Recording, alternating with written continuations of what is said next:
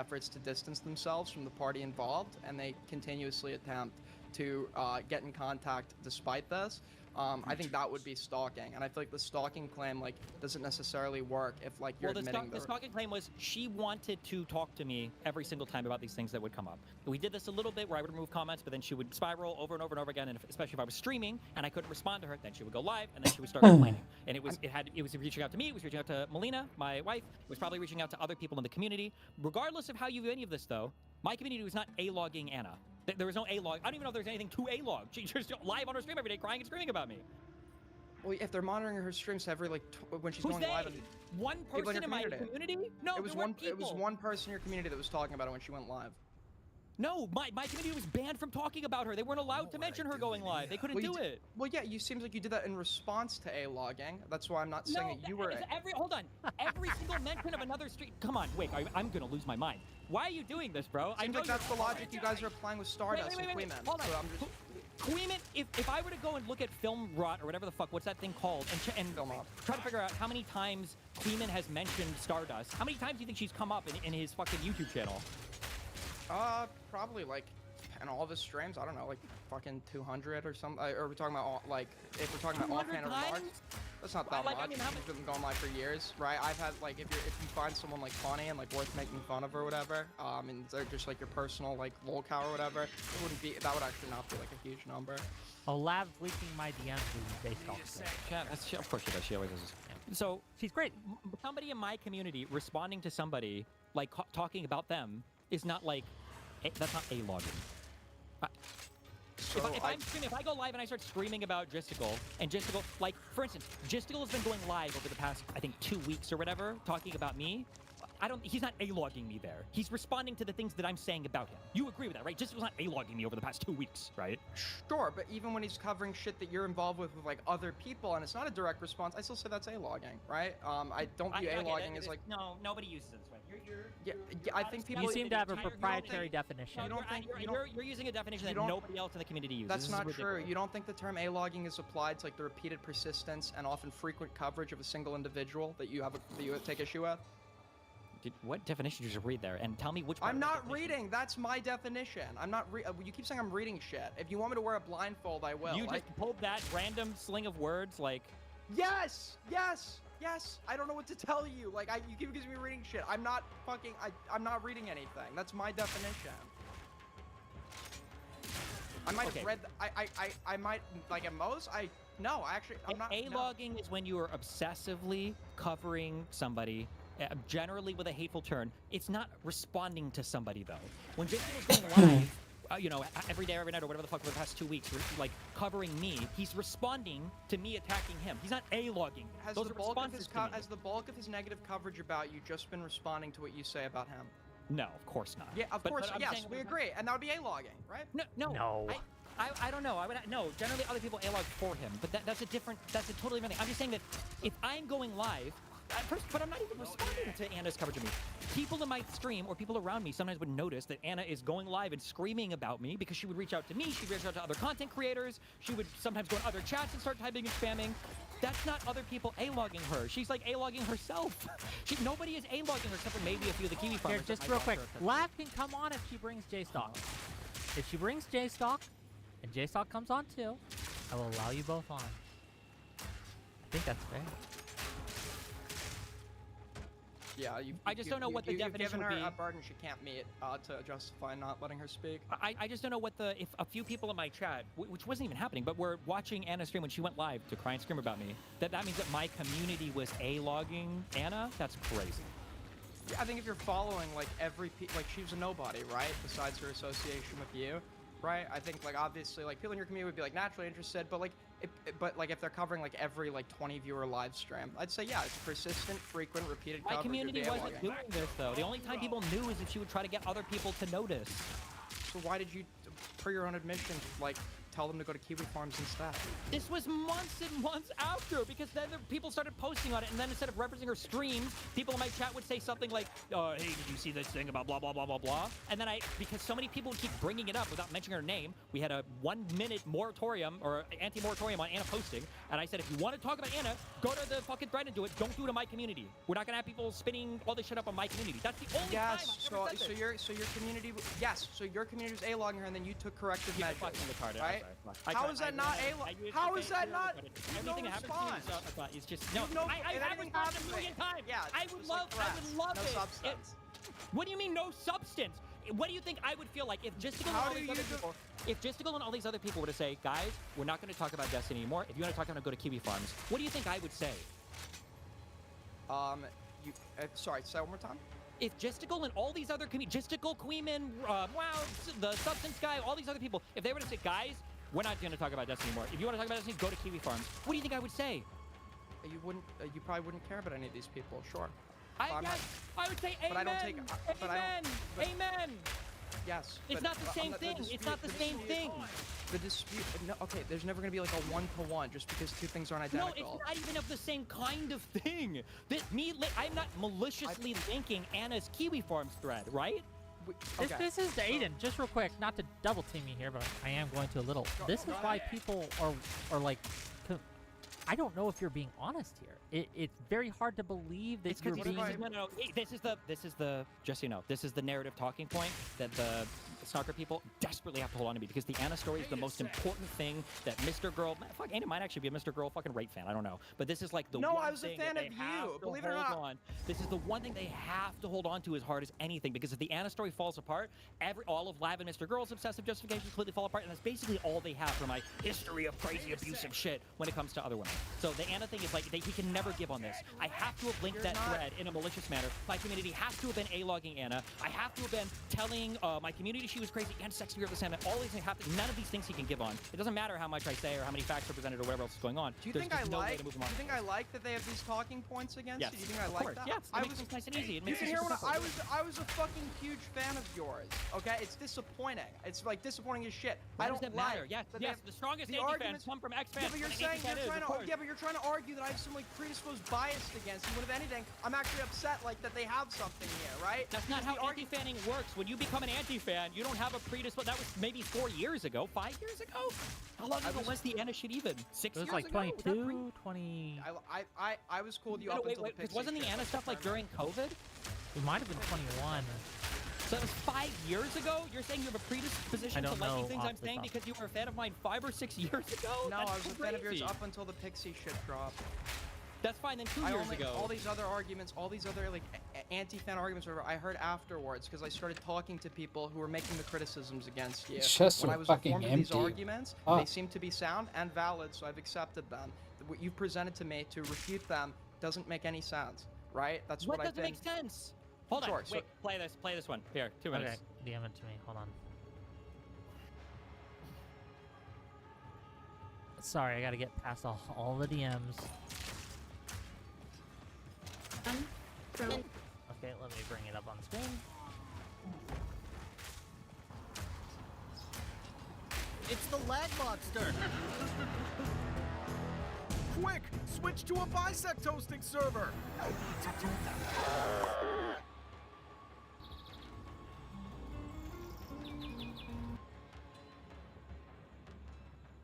Full screen it. Everyone there? Everyone watching? This Wait, is are you not laughing at me? And not laughing at me? I have literally told my community. But you never apologized, though. Everything is okay. Everything's chill. But then, like, 2 But weeks no, later, you didn't, you'll though. randomly come back, be like, oh, like, you laughed during this, or, oh, this happened, or blah, blah, blah. Listen, this is all I want. I want to be in a world where neither of us ever mentions either person ever again, publicly, ever. We don't have to talk privately. We don't have to say anything publicly, and then just move on. I've had the same conversation like 5 times, but it is impossible for you to hold fast to this. You cannot do it, because as soon as you agree to it, which you have in the past publicly on stream before, that we won't talk anymore. Steven, we never that's mention each other publicly, because then like you 2 weeks don't- later, you'll be tweeting shit about me every fucking time. You've done this over and over again. because you haven't taken any responsibility for it. You haven't said like, but you haven't said like, I was wrong for saying that stuff. Like you never said that. Like Anna, he says you're her. Anna, I don't agree with you. Anna, we don't say. I'm never gonna quote unquote take responsibility because your idea of me taking responsibility is saying that everything that happened was my fault. I don't agree with that. I don't say that. No, but I say that I fucked up. Sure, but like literally the things you did were emotionally abusive, and you've admitted to this to me. Like, okay, I don't care. No, this is you deflecting though. This is you deflecting. Maybe Deflecting. How long are we doing this? Wait, I mean that's enough. Like, I cannot get rid of this person. I've tried, even in this conversation, I've tried to get rid of this person. They are getting hosted on platforms, mainly on fucking Zerka's show, and I cut Zerka off for like a fucking year after this. They continue to find, it's not even me or my community. Did you sext her after this exchange? I think by the time after this one, I don't think we did anymore. I think after this, she had like one big final huge crash on this thing.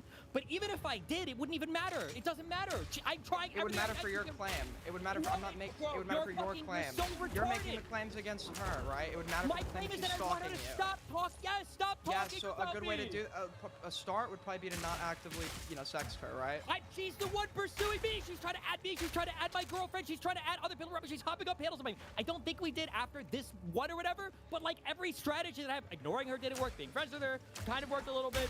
She tried to be sexual, we were sexual a little bit, I got whatever, and then eventually we go back, and then we be friends, and then we go back, and then we be friends, and then we go back. This happened for like 2 years. So if somebody's like if somebody's like obsessed with you, don't you think Bro, like you're sex and continues to lead them You're on? so fucking retarded. It's her fault. You acknowledge that it's her fault. 100%. Well, it's not like I'm not like a kid. It's not like it's one person's fault. Like, or No, I'm saying both. There were wrongdoings on. Driving? No, motherfucker. Who's driving the interactions on every single engagement? Who's the one that's pushing it every single time? She's the one talking about you because she's. And then who's hosting panels to have things about it, to make content and memes about it? It wasn't me, right? Yeah, but you're calling into those panels, and then you were after describing her as an obsessive stalker, actively sexting her. Calling into the cycle. Describing me as abusive and evil or whatever after trying to get into my relationship. So what? Do you not think stalking, if that's what happened, do you not think stalking is more likely to persist when you sex the person you believe and describe as stalking you? Okay, so there's nothing wrong with anything I've ever done to any girl as long as they've also had sex with me then, right? There's nothing wrong you've done to me. Whether or not I engaged at all sexually with her has nothing to do with this. There's yes, nothing it does, that it has to do with your claim. Just a housekeeping thing. Just a housekeeping thing. That would justify her compulsively going live I got it. talking Destiny, about please. every day. Give me a sec. Just a housekeeping thing because I'm actually not sure. Counterpoints wants to ask you a question. No, fuck no. No? He can go diddle his own kids again. Fuck that guy. No, I'm good. Okay, fair enough. Wait, what? What was that claim? Is that a new claim you guys have come up with? Nothing justifies Anna talking about me obsessively for years. Nothing does. So I can probably agree. If I was to look at this, nobody's You can't even agree with that? You think there might be a justification for talking about me for years? No. Okay, but if you acknowledge this person had a mental illness that predisposed them to obsession, I don't know why feeding into that obsession by actively sexting them would get it. I'm saying that nothing. I'm responding to your claim. I don't care, but my claim is nothing. Okay, we'll drop stalking since you don't want to own any strong claim against anybody ever. Well, no, did she stalk you or not? You never will. You never will. She did. Most people would agree with that, but you'll never own a strong claim against me. Stalking is no. People are not sexting people they describe as stalking them. Stalking you don't think anybody ever weaponizes sex, especially against men? Really? Thank you. Maybe not against you, I guess. But like, listen, hold on, stop. Okay, you don't think that people have sex with people that they're stalking? I'm not a sexual degenerate. That's like sucking dick and has a butt plug in and fucking BPD reports every week and then complaining that they're stalking me. There we go. Oh, the personal attacks. Yes, get them all out here. What did you say 6 months ago? Playing victim, attacking and then playing victim. That's literally all you know how to do. I'm talking about nothing. I only personally attack you because you never personal justifies. Nothing justifies. Well, you're making retarded claims. Nothing justifies Anna talking about me obsessively every single day. Nothing does, right? Sure, but she's. No. So it is justified or it's not? I need a binary or a percentage on that. What could possibly justify her going public and talking about me every single day? What could justify that? Well, she probably believed you had emotionally hurt her in some sense, and she would solve something by talking about you. But I believe that wouldn't be an adequate justification because I don't think talking about you was going to resolve that if she was talking about you every day. So then nothing justifies her going live and talking about me, messaging my wife, messaging other content creators, going into other streams and Yeah, talking. that's irrational behavior from somebody that you've already admitted has a mental illness. Irrational? You can't have it both ways. You can't have it both ways. They're irrational and crazy. They're crazy. They're crazy when you need to smear them, but then they have all the agency in the world when it's time to defend yourself. Somebody can have mental issues and still have agency. Yes, I agree, but it seems like you were like using her obsessive nature against her, and then complaining that she was obsessive after you fed into this relationship. I do think it's wild. I do think it's wild that we, again, Aiden, came on to discuss your debate with Destiny and also who's still spreading my docs. And now here we are litigating the Anna stuff for the second time? I've just taken this wherever you wanted to go with it. You're the one that wanted the conversation. If you feel like something's like off topic or whatever, this is your conversation. This is content, so I'm letting it ride, but... Sure. Yeah. Hold on. Okay, one more. Play, I guess, like a minute from here or whatever. Okay, give me a second.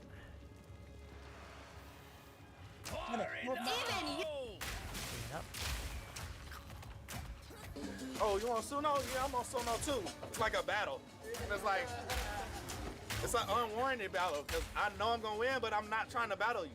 That's why I don't want to battle you, because I'm gonna win. I just want us to win together, right? Just want us to win together. Ready? Go. You know that you were psychologically abusive to me, Steven. Don't deny it. Come on, don't gaslight. But Steven, you literally ignored me. You gave me the silent treatment. You did the stonewalling. You fucking DM does not abuse Anna. Steven, that was after you were ignoring me for literally months because I know you were doing that out of anger and control, and my own therapist said it. Stop. Okay, stop. What the fuck am I supposed to do? I can't believe I let you fucking retards hijack this narrative so much because you're so obsessed with the pedophile rapist, Mr. Girl, and I know you are. You absolutely have the archetype for it, and that leaked call from 6 months ago fucking shows it, okay? 100%, you have the archetype of a Mr. Girl fucking rapist.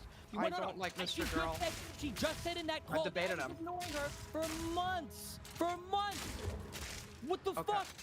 So, first of all, I have to see the context, but do you not think that if the narrative is being perpetuated, that you used her obsessive nature against her, right? Apparently you said, and I'm reading this one because someone said it in my chat. I'll tell you exactly where I'm reading it from. Apparently you said to her that you would, like, fix her reputation or something while you were sexting her. It seems like you've been somebody that's been willing to use that obsessive nature when it benefits you, and obviously giving her just enough to keep the obsession going, and then withholding affection absolutely can keep it going, so you just don't feed into it, right? You just don't text her at all. You disengage completely. Fixing her reputation is when she would, one of the things that she would loop about, and there are DMs from her mod coming into my chat to talk about, oh god, watch out guys, she's looping again, don't talk about her. The fixing reputation was me trying to delete every bad thing about her on the internet. That was me fixing reputation. So me asking Abba to remove the video where he covered her massive crash out. Me asking creators of the space, please don't talk about it or ban the thing in your chat if you see it. Me trying to go back to my Reddit history for old threads about her deleting it. That's me fixing reputation. It's not like I'm saying like, you have to sex me and then I'll fix your reputation, blah, blah, blah. This never happened. You don't think stop, dude. You can't keep doing this. You don't think. What? She is constantly bringing me up. Even after ignoring her for months, she's messaging everybody around me. You can talk to other content creators saying that I'm abusing her. When I do ignore her, she's saying it's because I'm abusing her by ignoring her. When I talk to her, she's saying I'm abusing her and manipulating her by talking to her. You can't keep doing this. Well, don't you think that? So, she's driving this, all of this. Okay, so it seems like this person is obviously has some like emotional Mentally ill. Don't you think it's the same thing? This is it. You guys are broken records. No. I'm saying you can't have it both ways. You can't have it both ways. You paint her as mentally. Then when I invoke it, I'm supposed to be trying to take away her agency. You're the one Can who you just address, investigate- Aiden, you're the please? one Can who you just address it investigate- on that you're stream the that one- we just saw, just real quick? On the stream that we just saw, Anna said that Destiny hadn't talked to her for months, and she considered that abuse. And she was messaging people around me saying it was abuse. And she was on these panels saying that I was an abuser. Like, Sure, I don't think so that- what is I don't think what the way- is I don't think what is he so- like if he can't not talk to her because that's going to be painted as abuse, and she's going to talk to people like, this is abusive, this person's abusing me, this person's an abuser, and go on streams and do streams about it. If he does talk to her, then he's abusing a mentally ill woman. Like, you're putting him in a no-win situation. That's not true. Do you not think in like situations of stalking, do you think anybody would be advised to engage with the person at all? That has been like, obviously you just said he ignored her, right? But if he the is a narrative public- Hold on, wait, if the wait. narrative People is don't have public lives. It's easy, like BBD people are easy to treat in real life. You just ice them out. You don't talk about them. Online, they start making fucking twit-longers about you, or they start dating your ops secretly, and then they go on their stream for 6 months to talk shit about you. While the other person is, like, so the claim gains traction that she's made, then you just go and address that like publicly, dispute it, and if she has nothing, then it collapses, and you could just That's not how. That's oh not. my how it god, works. bro, he's fucking retarded. Hold on, just curious. Did you suck a guy's dick 6 months ago? Did this happen, or did some guy suck your dick 6 months ago? yeah. Why the fuck did you just say you don't get engaged in degenerate behavior then? I'm sorry, it's degenerate behavior So to the guy have suck your private dick? sexual. Are you gay? Isn't there literally a video of you on the internet Are sucking you a gay, random guy's dick? motherfucker? Are you gay? I'm bi-curious. Dude, I don't. What are we doing? Bi-curious, motherfucker. Why? He was I'm not sucking your dick. interested. That's I'm not not bi- interested. Bi-curious is before the mouth is. Well, because you called me degenerate as a fucking insult earlier. What the fuck? Well, okay, so I've only had sexual activity probably with like enough people to name on one hand. I You're don't. and 21 that's- years old. No shit. I don't care. Well, I don't okay, care your about the 20s sex are stuff. Your I 20s don't are care sort about of the time sex stuff. when you're I don't going want to around- know. 20s, Please you're don't tell me. 21. You're not in your 20s. You're 21. Okay, please Yeah, don't tell me. that's in my Okay, 20s. this is gone. This is Sure, gone. that's fine. I'm sorry. If anything, I'd understand your shit. I'd understand your shit more if you were maybe like in your early 20s. I feel like that's like more of the appropriate time where you're going around like fucking like a bunch of random people and shit, maybe, right? But like, you know, I feel like this would be the time where you would try shit out and get it out of the way.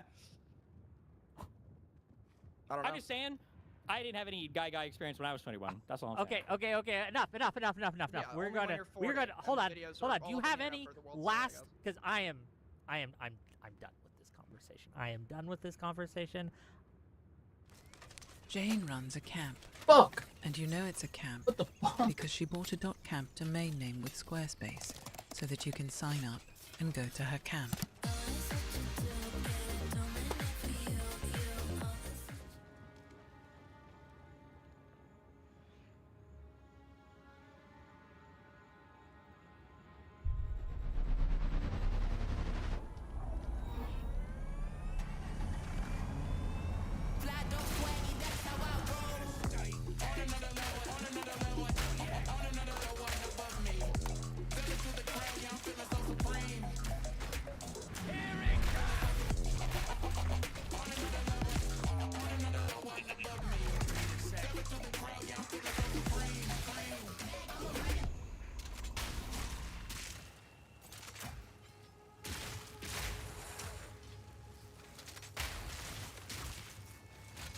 It's gone on in circles, and we've looped and looped and looped and looped and looped, and I think it's time to have some closing thoughts. And let me just ask you, Aiden, as a last thing, and then you can give your final thoughts on the matter, and we can wrap this up. Earlier, right, a couple weeks ago, you called on everyone to rally around to fight against Destiny and DBG. Like that. Given what you know now and the interactions you've had since, do you stand by that call to action, or have you become more neutral? That's what I'm wondering. Whenever he says something that I believe to be dishonest, Answer my and it's question, yeah, I have. This is actually a fucking answer. So whenever he perpetuates something that I believe to be dishonest, and then a million like random like sock accounts are perpetuating that narrative, etc., I say, you know what? If they respond with like five of those sock accounts reiterate his claims, have 10 that reiterate the claim that you can argue is truthful, right? So yes, that call to action would remain if there's anything that is said that I believe is a lie. Okay, so currently, that call to action is in force. If he lies, if I believe he lies, yeah. Do you believe he's lying? I think he's lied about certain things, yeah. I don't think the whole... So it is still in force. Yes, in response Okay, to the that's lies all I that get wanted to know. disseminated. Okay, give your final thoughts on the matter, and then please, I will remind you, I do want to know who's spreading my docs, and you can take your time, find out, be accurate, and just let me know when that happens. But final thoughts, and then we'll get Destiny's final thoughts, and then I am done with all of you for now. Okay. Yeah, fuck this space. I'll be glad when my court case is over so I can burn all these motherfuckers to the ground because the people here are fucking insane. It's annoying the crazy myths that are existing of me being this manipulator, abuser. Like, people have desperately clung on to these for years. There has never been a leak, never been a DM, and I probably have more shit about me, more fuck videos, more cringy fucking sex, more whatever fucking romantic message that have leaked about me than any other fucking content creator on the space. And guess what? There haven't ever been messages of me saying, I want to fucking slit this fucking woman's throat. I want to fucking murder this motherfucker. No, there's messages of you saying you hope she gets raped to death with a shovel. I made an edgy joke that you were trying to describe. I've never used that comment against you, by the way. Excuse me, I've only used that was not a leak. That was a post on my public Twitter, you fucking retard. What are you talking about? I'm sorry. Why would it being leaked or not change the nature of the statement? If because it was you're trying to hide it. Because you're trying to hide it. How am I trying to hide it? How am I trying to hide it? You just said it was in a private room, didn't you? It was in a private room that wasn't supposed to leak anywhere, right? I'm sorry. If you're having a conversation with somebody one-on-one, are you trying to hide all the contents of that? It wasn't one-on-one, was it? Was it one-on-one? Okay, not everything is a one-to-one. A comparison no, can it was like still 6 work, people. even if the quantity. I'm just saying. Yes, all I'm even if the saying quantity is not exact, it can still be compared, right? All I'm saying is that of all the crazy shit that's ever been fucking said about me and all the fucking leaks and everything else, nothing is ever leaked to even remotely substantiate the crazy fucking things that people believe about me. Meanwhile, we just went through 30 fucking pages of Doobie talking about how he's got fucking kids on his mod team that they're flying out to meet while he copies child porn from members of his server because he's got a secret fucking... No, you don't give a fuck and you'll never talk about it again. I know you won't. You're gonna be fucking friends with this dude tomorrow. He might be the one sucking your dick tomorrow. I don't know. Bro, you don't talk about Cherry, you don't talk about Jistical. I look at your channel, there's 15 mentions of it. There's 15 mentions of it ever. This guy said he wanted to be Cherry's Dr. K. He wanted to take care of her forever, while he brought this woman onto his stream to fucking rape her mind so that she would continue to talk about his ops until he used her, abused her, burned her the fuck out, just like he wore out fucking Connor's ass, who's now set himself on fire to try to fucking take me out too, right? And then they toss these people into the wind. You're gonna be the next little fucking fleshlight that they use and abuse and turn out, and then it's just gonna be a whole fucking line of these people, and none of you guys can see the pattern. Meanwhile, Destiny, didn't you abuse Anna because one time in the 2 years of her obsessively posting and talking about you, you had lifted the moratorium on your chat and told people to go talk about her on Kiwi Farms instead of here? Meanwhile, in Jistikal's server, on page 700, it's so fucking funny how they fucking dox this person. It's so funny on page fucking 1400. I wish I could post it here, but I know we're not allowed to, And you're like, well, look, they're not allowed to, Destiny. You're so beyond fucking retarded. You guys deserve every fucking thing that anybody... You have no sympathy for any of you. You're crazy. Last word, Aiden. Last word, Aiden.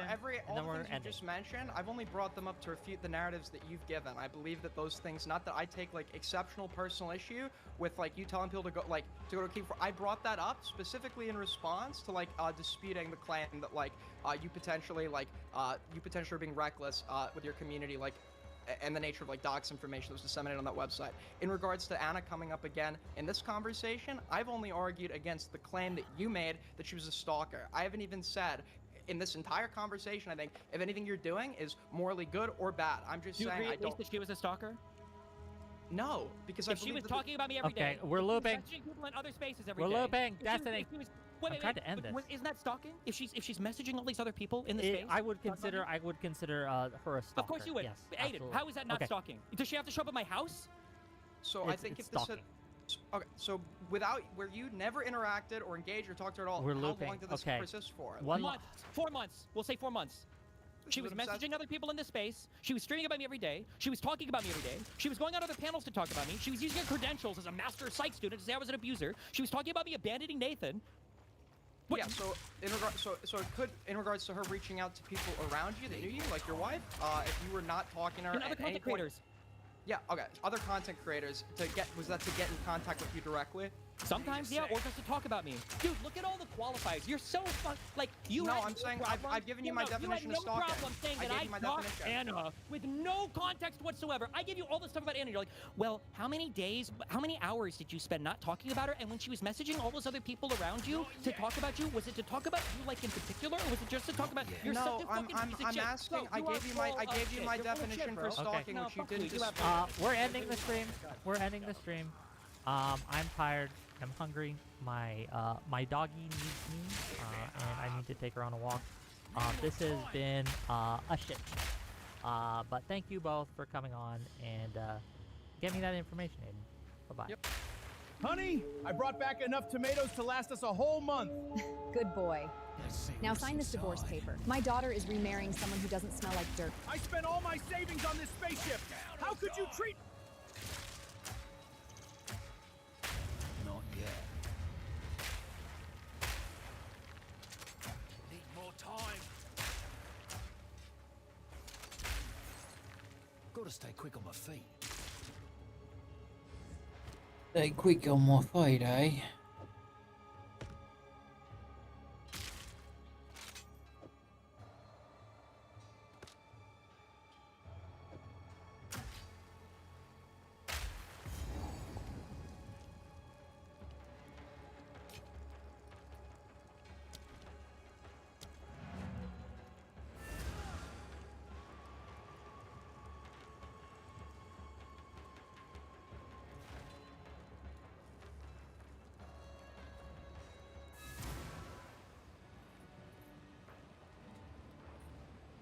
How can I be of aid? Move swiftly.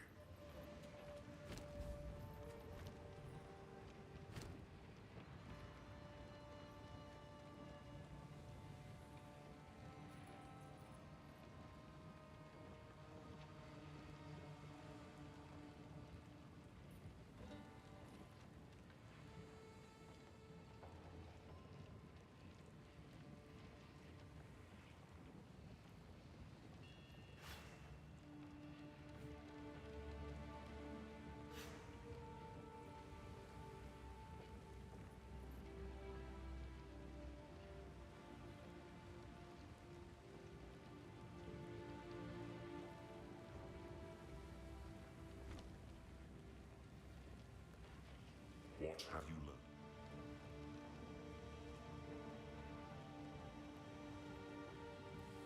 Need something? What?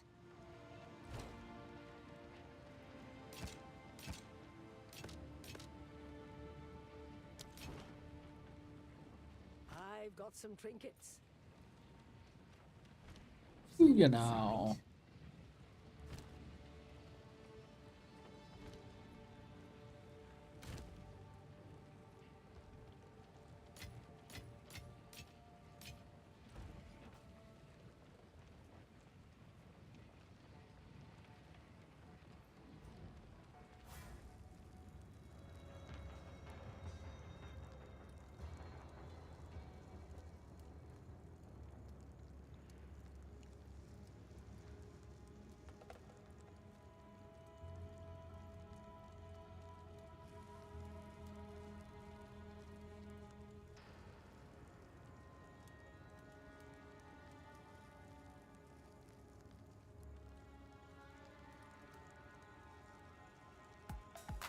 Playing on iPhone? Now you can play Unlocked on PC with Google Play Games. For some reason, he's so averse to having a conversation with Dan or whatever is happening right here that he's making the decision to stop covering Destiny drama. It makes it looks terrible, and you're letting them win. I understand I'm letting them win. They win. I don't understand. I don't understand how it would. Okay, well that settles that, right? This is Dan Saltman, I think, challenging J-Stock to a debate. He's getting fucking shit on from everywhere right By the now way, because quick pause. Ship it and clip it. I am happy to debate with you, J-Stock, today or tomorrow at your pleasure. I will not, even though this person was in the game, not a citizen, I will debate with you today. I will say everything you did, but I won't say their name as a token of good spirit, which should get past any of your moral obligations. And we can talk all about how we'll call them Sloppy Seconds as a nickname. We'll talk about how Sloppy Seconds arrived in Canada unannounced, and then instead of you taking Sloppy Seconds to the hospital... We need to have a conversation about how we talk about women in this space. We need to have a conversation about this. Jesus Christ. Because they're obviously unwell, you decided to have sex with Sloppy Seconds, pour them out on your stream, and then eventually when you sent them packing, have them committed. But I won't say their name. So there goes all your excuses. Let's get that debate. Am I right? I don't know any of the backstory about that. That person has reached out to me privately. I think, well, I guess I shouldn't reveal anything, but like, I really have no knowledge of that person's history in the Destiny sphere or with J-Stock. Me and you, boom, today, Sunday. All right, so Dan challenges J-Stock to a debate, and then shortly after, J-Stock decides he's no longer going to cover Destiny drama. Or any drama? He was kind enough to put the timestamp actually in the... It actually makes it so much easier because he's got his timestamp up here. Who is this person, guys? Oh, this is Lav? This is the famous Lav? I've heard so much about them. Is this Hutch's first exposure to the Mr. Girl universe? I have never... That is one era of content that I have zero familiarity with. I don't know fucking jack shit about Mr. Girl. I don't know jack shit about Lav. I really don't know much about J-Stock. I completely disagree. I admit, setting up the debate and then leaving, that looks bad. But that's okay. I totally agree on that. Well, so he had a debate set up with Dan, and then he literally ran. Is that what happened? well, if you're not, yeah, I don't know. I think that Dan had me in that debate. If he wanted to talk earlier, we would have been able to talk. We could have like hammered it out, but I'm lucky. It's worse. He challenged Dan and then backed out. Is this true? That doesn't look great. I've been excited. It is what it is, man. Why are you backing out? Because I basically for no good reason, but well, no, it's like this. It's like I literally can't. Stephen Bennell just tipped $3. Look, Dan is gonna say you gave a girl radiation poisoning or whatever. Who cares? He's a ball holder. They don't have motion R and punk him. Who cares? It's not about motion. I got this new perfume. I can take one of two like strategies here, okay? I can take one of two strategies. And I wanted to do the debate and point this stuff in a debate and make Dan look silly or a conversation, blood sports, whatever it was, right? This is silly. This is silliness. The tough guy routine doesn't work after you back out of a hypothetically, debate. my good friend Dave Rubin didn't lose that debate. He was attacked by the radical left and was drugged or something like that. Anyway, his gay marriage is affront to God and worse than bestiality. Glad to have him on my team. But I've got to take like a different tack here, okay? I got to take a different tack. And I think I'm probably just not going to cover any of this stuff now that doesn't involve me directly. Like, I'm probably just going to... Oh my god! The league J-Stock had was Dan supposedly cheating on his wife on a trip, but it was actually just them making the whole thing up. Well, that would be in character for them. What? You look very guilty right now.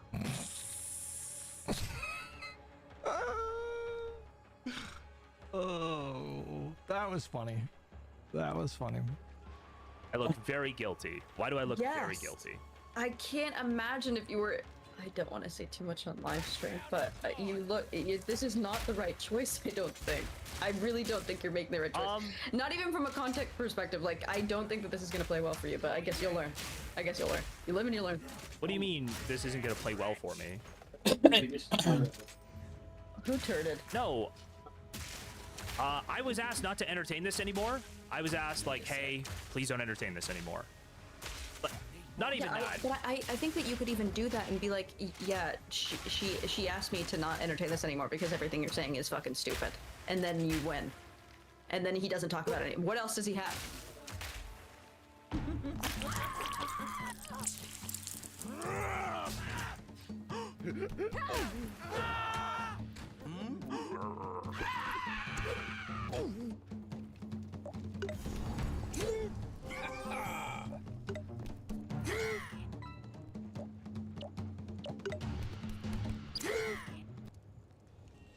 What else is, like, that's all you need to say, and then you keep going about what he said. Yeah, okay, but that's... So then you can keep having the conversation. His only... Well, what do you think his goal in the conversation is to do? To drop... I know what it is. He thinks that he has a bomb. He thinks he has a bomb. No, he doesn't. No, he doesn't. If Dan has a bomb, Dan drops the bomb. Dan doesn't... I mean, he's very clearly been holding fire for strategic purposes, just very outwardly so. Have shit. Dan is about to serve up another nothing burger. The streamer known as Goon would like to tell you something. All Dan wants to do is scream about one of Destiny's victims over and over again to try to hurt me. Unfortunately for him, I'm not like a very emotional person. It actually doesn't affect me or hurt me. It just hurts them. And so all I'm doing is taking advantage of me not really being bothered by it to go and fuck with Dan because he's a fucking loser. who doesn't care about his family. 5D chess, fucking checkmate, Dan. But he's actually hurting somebody else. I'm not going to give him the ability to do that. Bro, like, you should do the right thing and just admit to whatever the fuck he's gonna say, and then pre-spin it, and then go to war. I don't know why you're doing this whole, like, well, I'm not gonna, like, you are an internet debate lord. Do you understand that he doesn't have anything? Like, he's shown what he has. He doesn't have anything. There's nothing like that. Yeah, exactly. So crash out. Still. Can I get some unbiased lore on J-Stock and Sherry? What happened there? Did he actually call to have her institutionalized? He flew her out and they started dating. Her mental health spiraled and he had her committed. Then she left Canada and he spammed her saying he loved her. And she posted those messages. He told her he would be her own personal Dr. K. That's a wild thing to say to somebody. How do we know that he said that? Did she say that? That's a wild thing to say to somebody. She called him like 10 minutes before this to ask him not to cover it. Gotcha. Okay. She posted logs of that, DMs. Don't get him. Crash out. Yeah, like, this internet shit matters to you debate lords on the internet. Unless you're gonna meet up and fist fight, like, those are your two options. You either meet up, you fist fight, or you do your debate lording. Lock in. I believe in you. I wanted something to watch tonight. Unfortunately, it can't be content. Fortunately, I've cocked it for you. No, it's not even about content. I don't even care about the content. You are in a perfect position. Like, cut these people. They deserve it. I know. That's how I feel, but I'm not going to do it. What is the fear? No fear. She just asked him not to. Oh.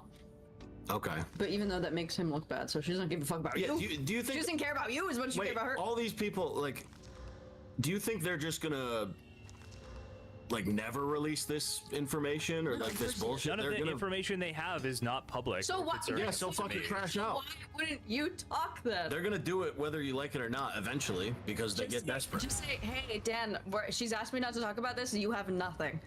You win, and then you can move on to the next topic. It's that easy. But he's not going to move on to the next topic. He's just going to keep spurging. Okay, and then you leave. Then you spurred back. You gotta crash out, dude. This is the problem with you internet people. You need to either have the gall to like go fist fight this person in public, or just like fucking win this internet debate. He won't. He will. I will fight Nick Lee, Ice Poseidon, and Nick White at the same time, bare knuckle. I will fly down to Austin tonight, but they won't do it. You crash out about them all the time. What is happening? No. Yeah. There's nothing really to crash out about. Yeah, I'm not a debate lord.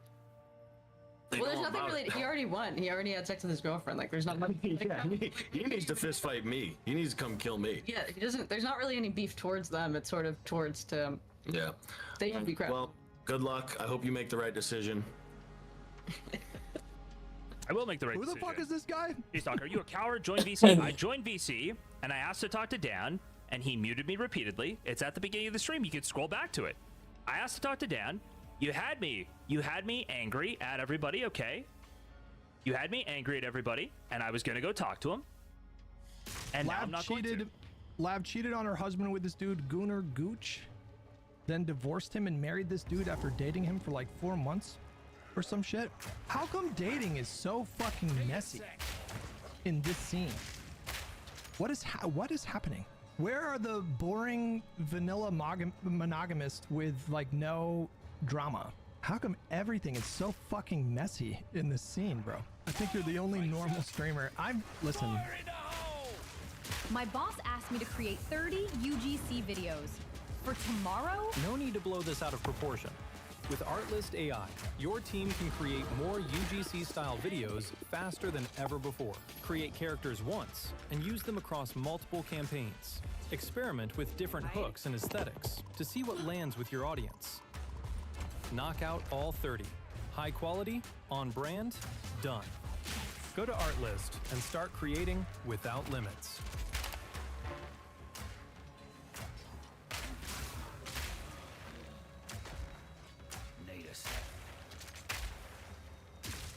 I appreciate the flattery, the glazing.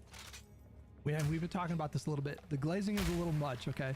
Me being a like well-rounded, stable individual is still kind of new it's still kind of fresh. Listen, I was very chaotic for a very long time. It's really only been in the last like 5 years that I've been in my process of sort of getting my shit together a little bit. But I had plenty of chaos. I just didn't air it out on the internet. All my chaos, well, most of my chaos happened like off stream. I just don't, I don't think it's generally a good idea to cover your life in such great detail and make it a part of your content. I think that is like a very risky endeavor. Northern Lion and Hutch are the only normal streamers. I see a pattern. The thing is, you get older and the normality all of a sudden is nice. I think when I was younger, I was attracted to the chaos. Like I just needed chaos.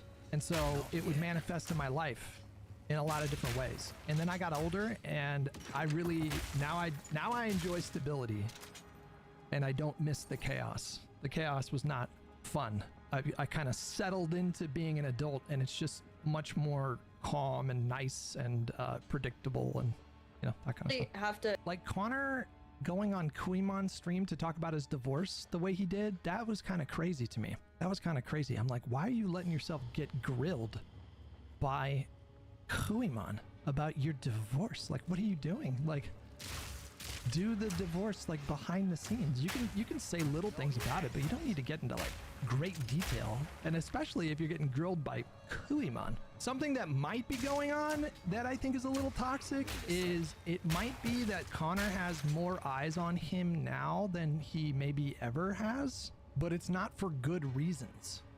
But there is something kind of intoxicating about getting a lot of attention on the internet. The novelty wears off over time. It's not that it completely goes away. So if I do something or say something that kind of goes semi-viral in the political space, which happens from time to time, it's not that the attention doesn't do anything for you. It does. It's just not like it was in the beginning. Like when I was blowing up on the internet in 2009, that shit was like drugs. It was an intense, sustained high, but the novelty wears off after a while. And so it just doesn't sustain you in the same kind of way. Connor might be riding a wave right now. Like his dopamine receptors might be going fucking nutty right now because of all the attention that he's getting. But it's not good attention. You know, like that's turning yourself into a bit of a lol cow, and like maybe he doesn't see it that way. I don't know if that's what's going on, but it's possible. It's a stalemate. It's still gonna happen. Wait, you understand that situation remains frozen. You're pretending that you're fine. Privately, everyone's gonna be thinking about the conflict. The issue does not disappear. It's gonna get postponed. You're gonna have to talk about it. Either or. You do not understand what I'm saying. I don't right now. You don't understand what I'm saying when I'm saying that, like, basically these people have said, we'll harass this other person as much as it takes for you to stop covering stuff. Right? I don't understand even how she can. They want this other person to be hurt by this, and unfortunately, for whatever reason, I'm so confused on how you think that. Right?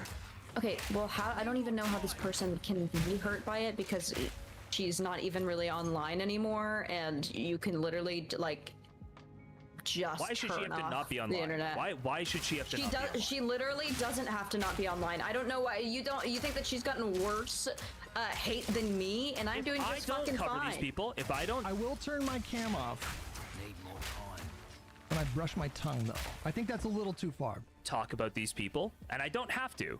Yes, they will. They still will. Dan's already fucking talking about it. It's going to happen either way. But it won't be done in reference to me.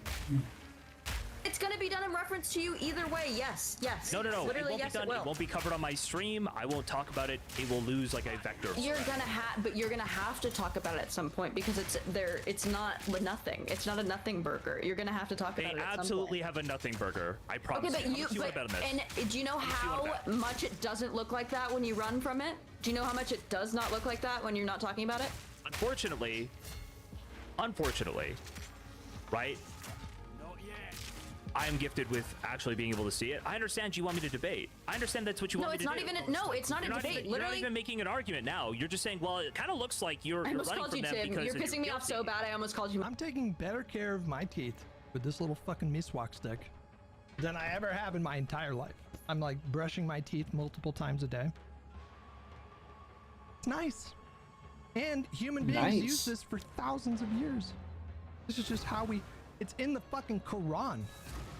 The Prophet Muhammad instructs his followers to clean their mouths with miswak sticks before they do their prayers.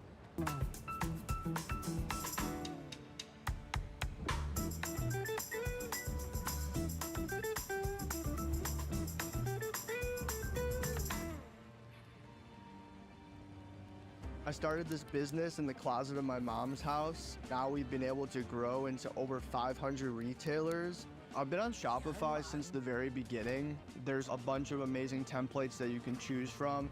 If I needed to go in there and add a logo, add a little bit of text, Shopify makes it really easy to do that. I don't think I'll ever outgrow Shopify. Definitely helped me take my business to the next level. I'm Jack Joseph, founder of Remember Kombucha. Remember kombucha. Do not wander. My husband's name.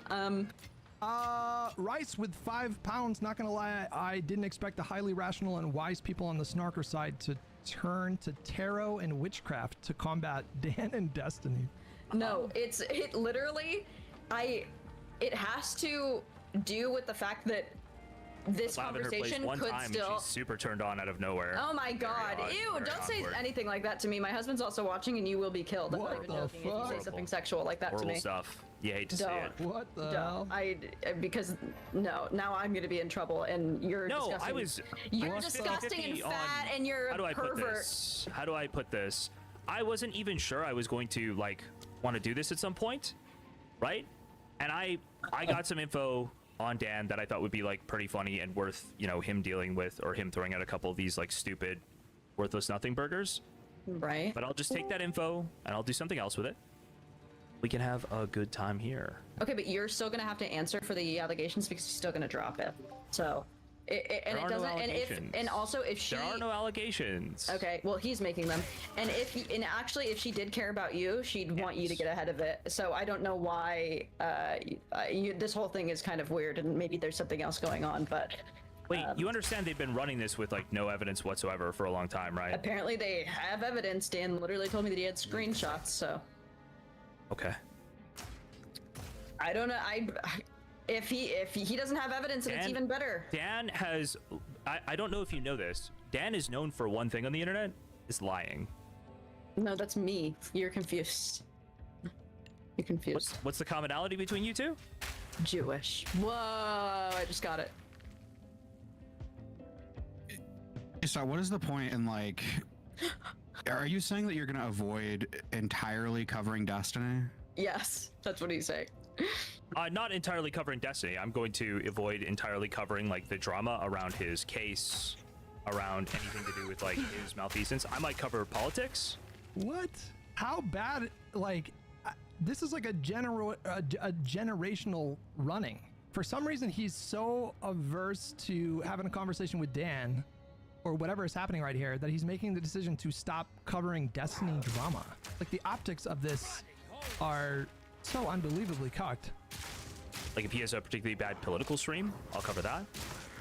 So for for Destiny to get one of his biggest detractors to stop covering his inappropriate and illegal sexual proclivity. Here's the thing, Mrao, do you understand that this kind of blackmail works?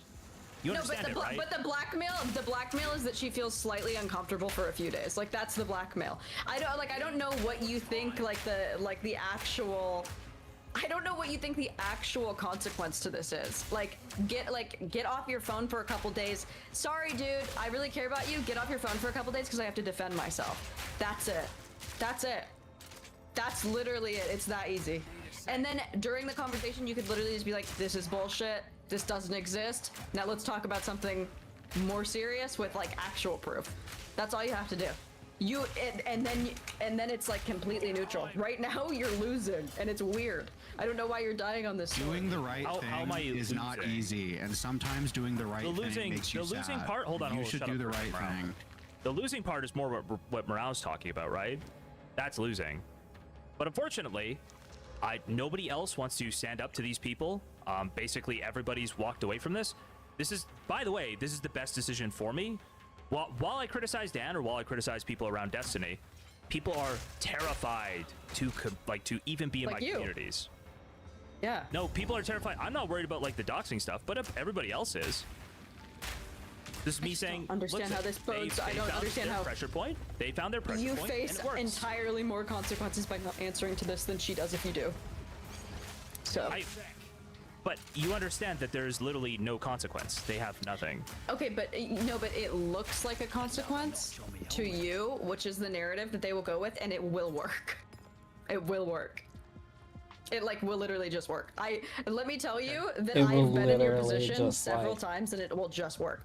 There was a time where like my ex didn't want me to talk about something that Destiny had said, which was like the specifics of our like sexual engagement, what we said to each other, and then Steven ran with that and was like, "You said that I was better than Connor at this thing," and then I couldn't say anything about it because he didn't want to tell me anything about it, and then for months they used that against me and were like, "Oh, you were talking shit about your husband to whatsoever," and I just like shut down whenever they said it, and then everyone still believes it because I could not clarify it, and then it can just like I'm still answering for it. So it could have been one conversation where I was like, no, I didn't. What is the worst case scenario? No, I didn't.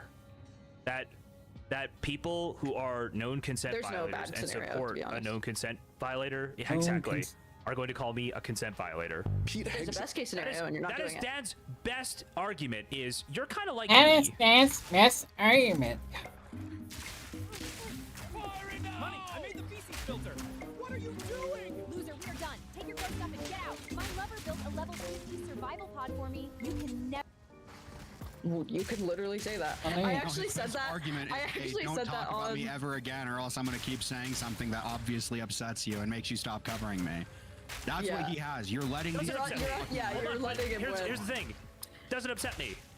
No, I said that to him in the VC, and he started to get short with me. I was like, "Oh, you mean you're like accusing him of doing something really similar to what your best friend did?" And he was like, "It's different." And I was like, "Really? How?" And I was he was getting short. It doesn't upset, and then was like, it doesn't upset me, but from now on, I will no longer cover Destiny content to avoid scrapping with these people. I can't use all my best lines with you, Lav. I was like, oh. But yeah, I mean, I don't want to take up too much of the runtime. I just think, I mean, I agree with Lav, honestly. I think letting them get this pressure point on you is a huge mistake. It also makes you look like you did Thanks for the follow, Aaron. It looks terrible, and you're letting them win. I understand I'm letting them win. They win. I don't understand how it would. Okay, well that settles that, right? Did you see that Trump endorsed Nancy Mace's opponent? I did see that, yeah. I don't understand. She prostrated herself so profusely over the last like 3 to 4 years, and for nothing. All for that coveted Donald Trump endorsement, and it was all for nothing. Didn't she vote to impeach Donald Trump in one of the impeachment trials, or am I making that up? And how it wouldn't just be as easy as like, no, I didn't do this.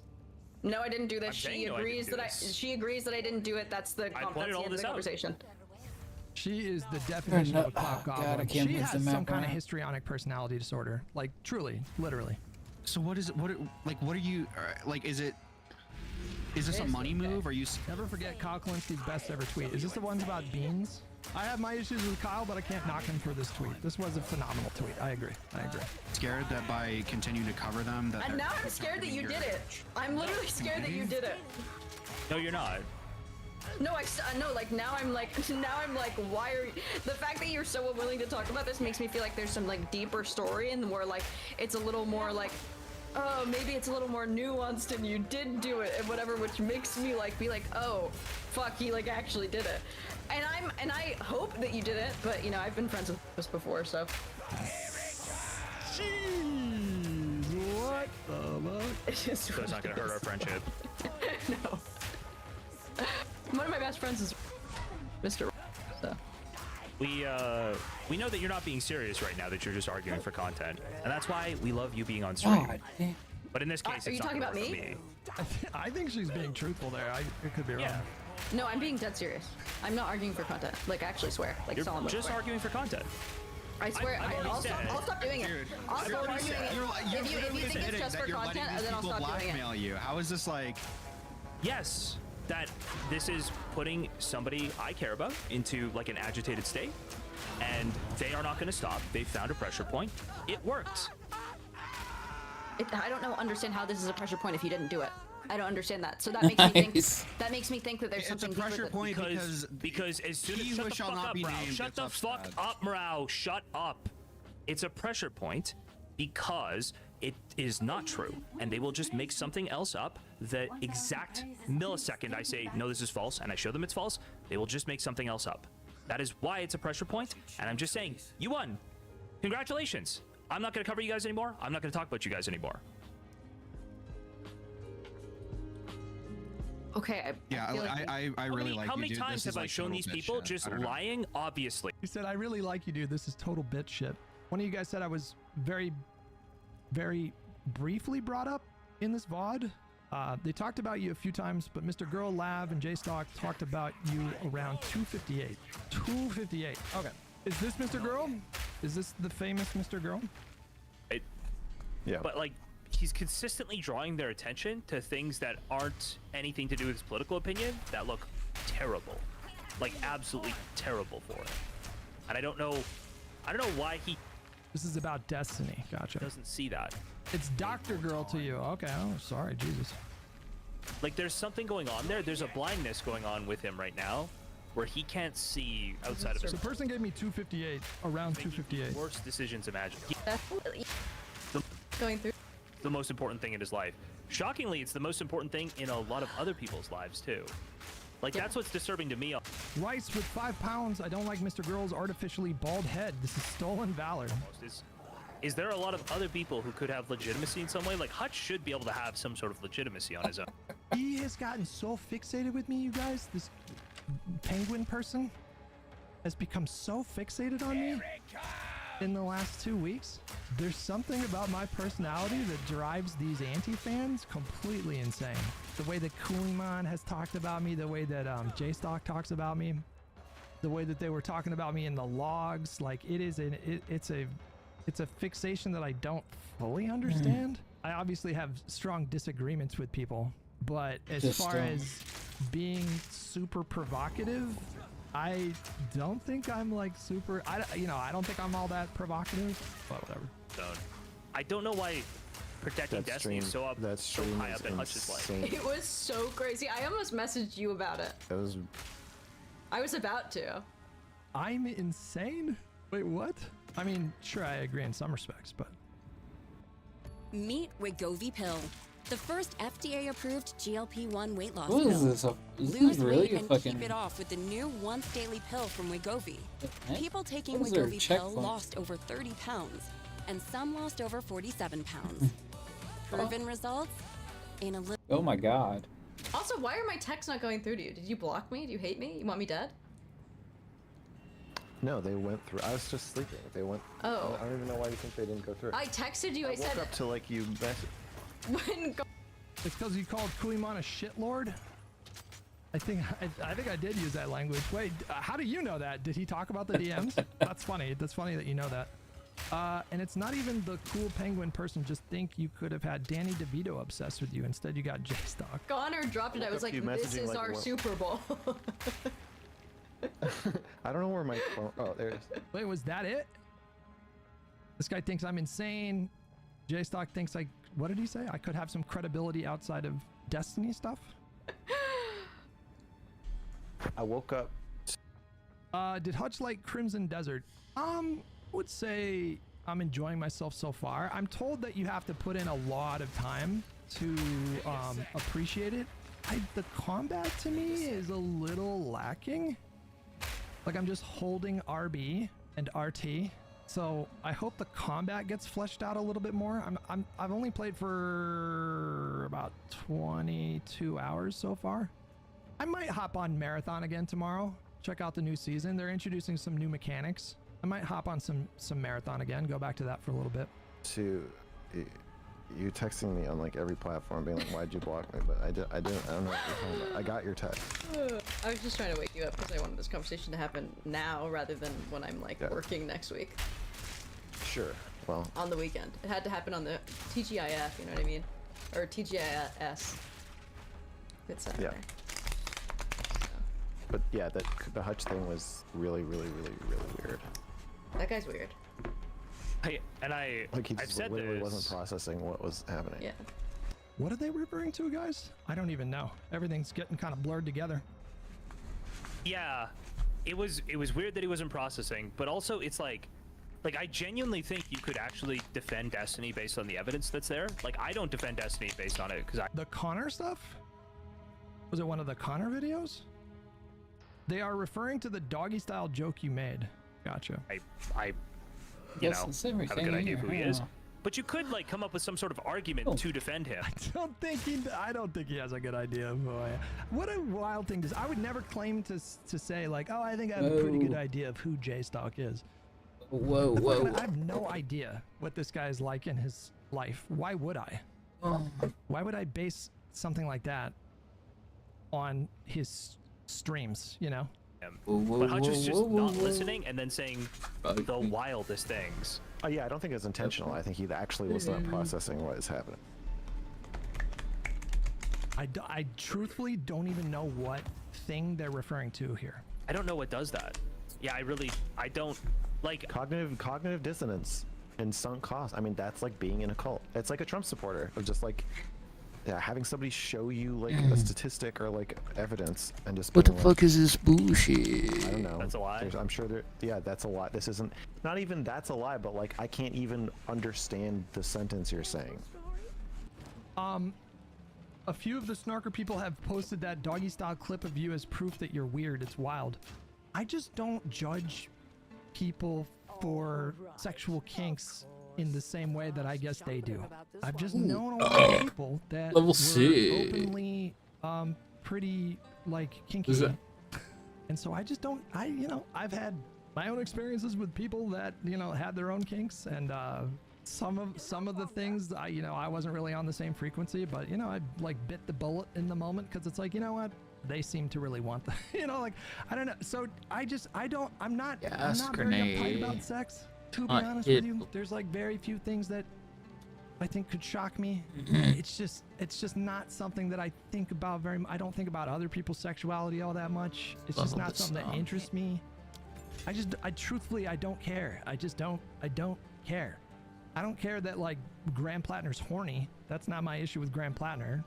If he had some kink or whatever, like it wouldn't really faze me. I just don't care. I just straight up don't care. And it seems like I can only speculate that some of the people that were getting offended at some, like Connor, for example, or people that think like him, whatever moral aversion they have to these things, to me is just like a denial of like human beings are fucking, dude, like almost everybody has. You're gonna want to see this. This is exactly how I found out that my wife got me one of these. It's a fake Ridge wallet. First red flag, the weight of this thing just felt off. Second, screws started loosening right away. Third, cards were literally just falling out of this thing, or they were just like impossible to pull out. And that's when I realized, yeah, this isn't a Ridge wallet. Now this is why those knockoff metal wallets exist. Sure, they look similar to the real ones, but they just don't hold up in real life with everyday use. This, on the other hand, is the real deal. It's the actual Ridge wallet. Precision materials, proper tension, and it actually holds up over time. It's slim, holds all your cards in cash, and doesn't turn into a mess inside your pockets. And you're not just buying the wallet. Now, you've got the whole system. You can add the Find My tracking with a tracker card, and even go MagSafe if that's your setup. And this is the part that those knockoffs never have. Ridge backs it with a 99-day risk-free trial and a lifetime warranty, meaning if you lose your wallet, you break it, whatever, they replace it. No fakes are gonna do that. So yes, oh my god, fucking something that they really enjoy or really turns them on, and most people don't talk about it openly, but everybody's got something that kind of like revs them up and gets them going. For a lot of people, that's role play, and it's just, I just don't care. I just think it's like completely unremarkable. I don't care. Doesn't matter to me. Yeah, it was certainly baffling. It was baffling to me just because I do think Hutch has had something of a political platform outside of Destiny. And so for him to give it up, it seems like such a poor calculation on his part. I don't think that's what I'm saying. I don't think it's a calculation. I think he actually can't parse what is happening. I don't know what they're talking about specifically. I don't know how to respond to this because I don't know what they're referring to. This could be like 10 different things. I mean, I've gone with that. Go. I just doubt that he's like, okay, Destiny's caught doing this age play. He's basically admitted to it. And the question is like, is the walk back on their part true or not? Like, how serious is it? And then he's just I doubt he saw that and then was like, I know what angle I'll take. The angle I'll take is that like they're role playing being step parents. That's normal. They're adults. Yeah, that's what. Like that's so like funny. like you don't even understand the topic under discussion. So funny. What am I missing? What is the context that I'm missing here?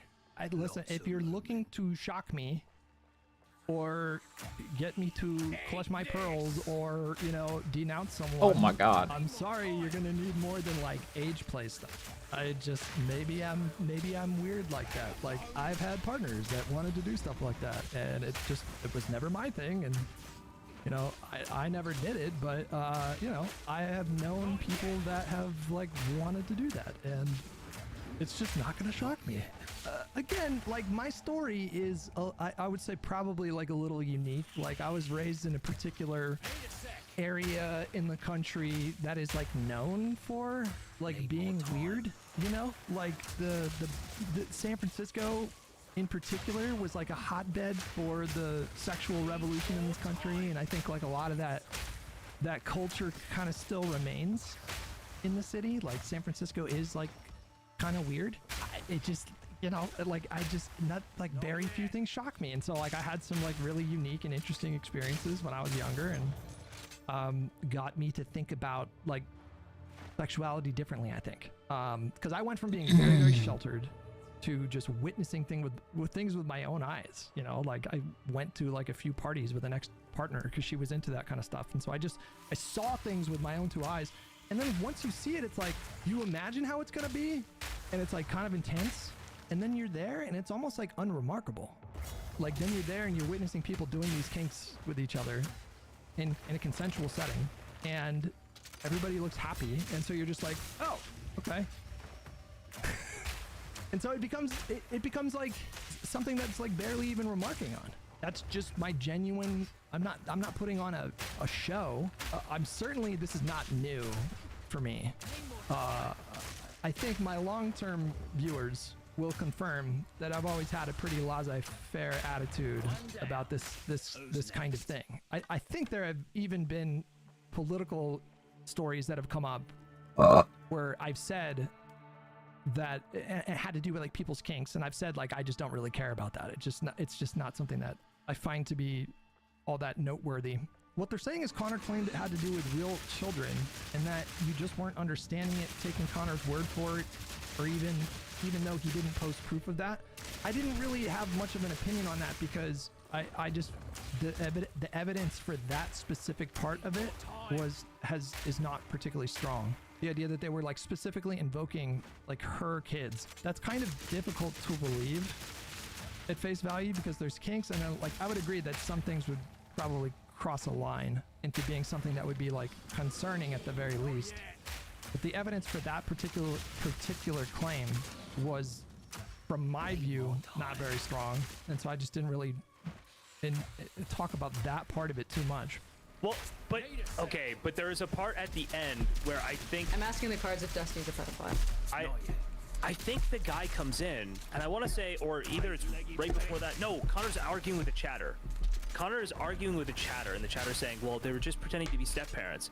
And Connor lays it out that's like, if you think she was crying and sobbing and disturbed emotionally because she was like pretending to they were dropping their kids off at soccer practice, like, I don't know what to tell you. You're out of your mind. And Hutch is listening to Connor like clarify in this way, and Hutch never updates his like, yeah, it doesn't even hit. Yeah, he says nothing. He's just silent.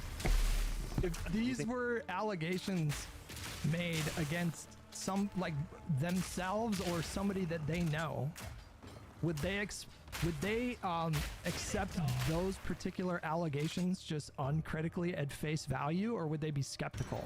I think having skepticism about that particular claim is warranted in this situation because the narrators involved in this story are just kind of all over the place.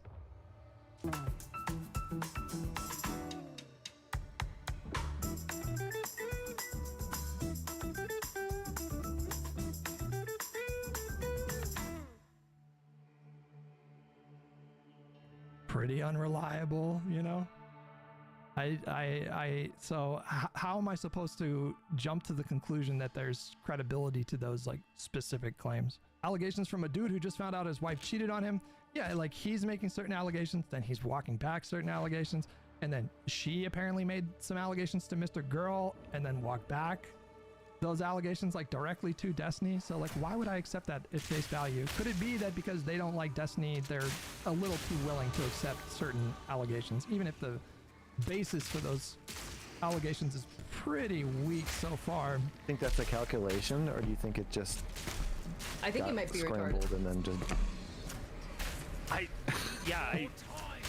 Well, I think he's I think he's being paid. I think he's being paid by APAC, also known as Dan Saltzman. I'm open. Hey Dan, if you're watching, I'm open to payments. I wouldn't close that door. Quite literally.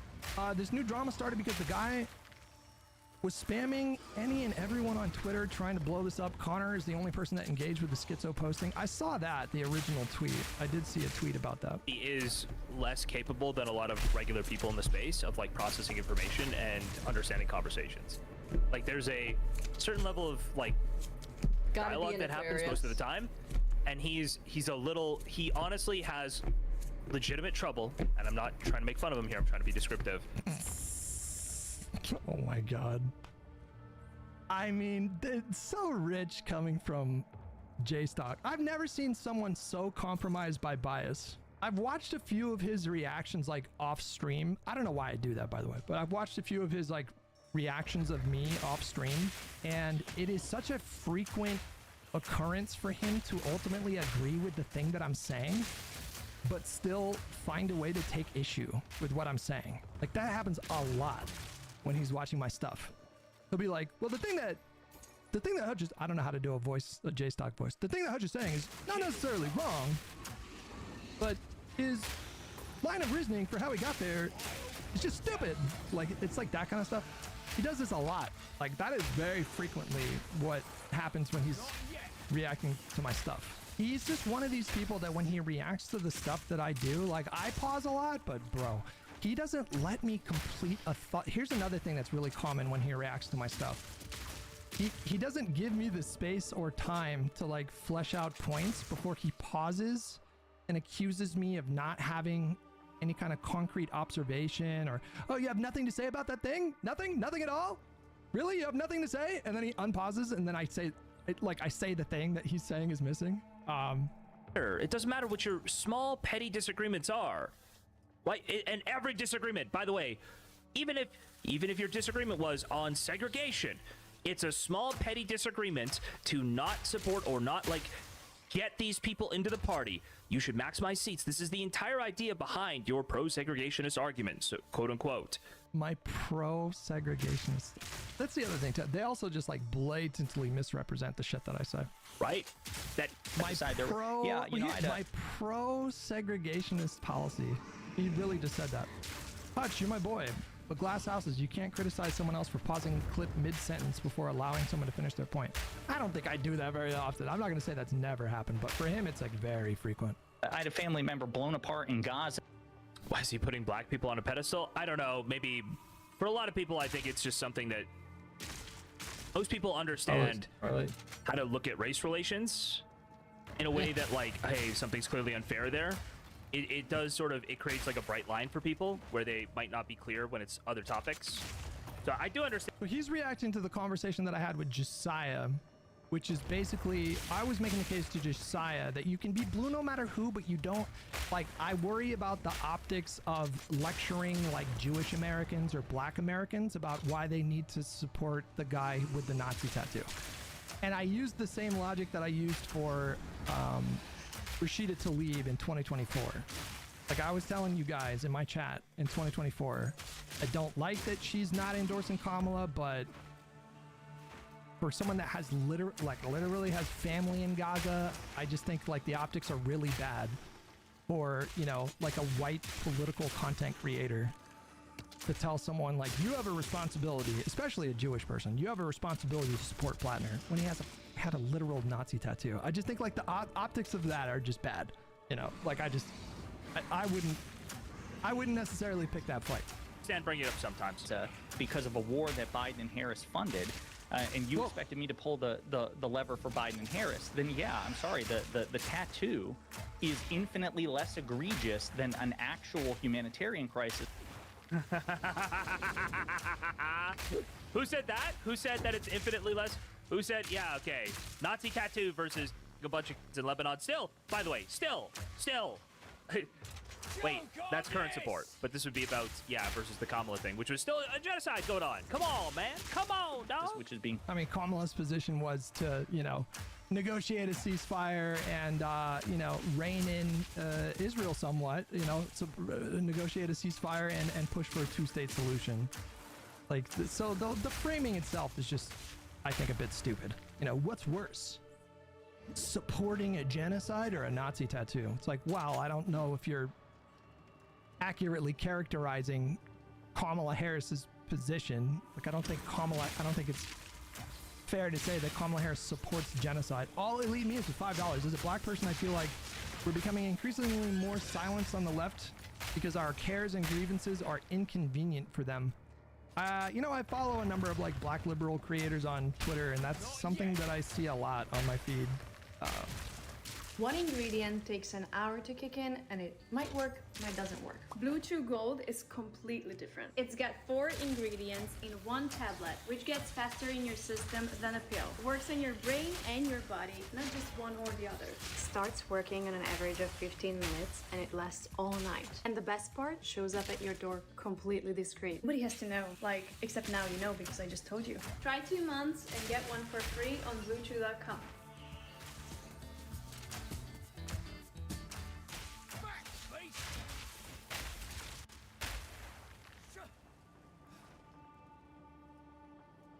Can you believe traditional modeling will finally be replaced by Trippo?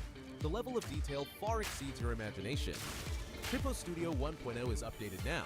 Whatever you're a game developer, character designer, architecture and interior designer, animator, VFX artist, or 3D printing amateur, you can create such high-quality 3D models with just text and image in one click. Don't miss this revolutionary trial experience. Try now with 40% off for all annual plans.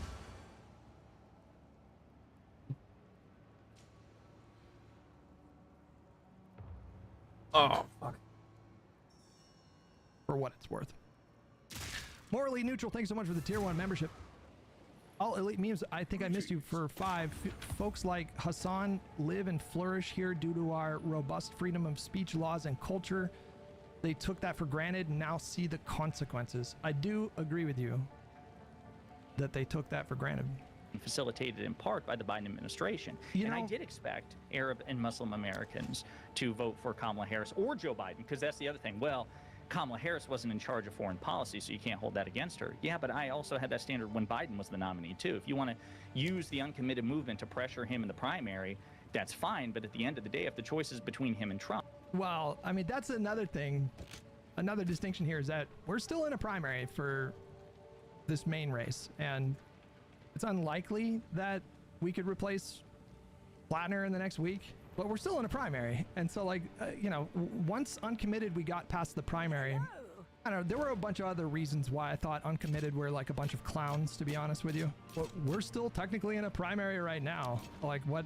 So, you know, I agree that once we get to the general, if I see, you know, liberal creators or liberal like voices that are hinting that it would be acceptable to vote for Collins, then that would piss me off if I saw that. But at the same time, it's just like, I'm not going to jump in the arena and like be this guy that's vociferously defending Plattner. Like he's just, why would I torch my credibility to do that? Vociferous, vehement, or clamorous. Okay. I still think you should back Biden. I do think they're different though. I don't think they're quite the same thing at all. You mentioned it already, but VPs don't control foreign policy. So the fact that Kamala Harris inherited all that baggage, I felt it was disingenuous. That's how I interpret it. It was disingenuous. The fact that she inherited Biden's baggage, that let me know that if it wasn't Gaza, it probably would have been something else. Like these people were just looking for any reason to not support the nominee. It's not really out of character for this particular crowd to do that. Trade a kind of that's irrelevant. Like something. I'm sorry. Was she against all the operation? Did she distance herself? Did she come out and say, actually, I strongly disavow this? Did she do anything to distance herself, or say that it was against like her conscience or anything, or even just take like a positive stance towards stopping the genocide? Her position was literally like, I'm gonna work for a ceasefire and a two-state solution. But I don't know if J-Stock knows this, but that was her platform on Israel. Did she do any of these things, or?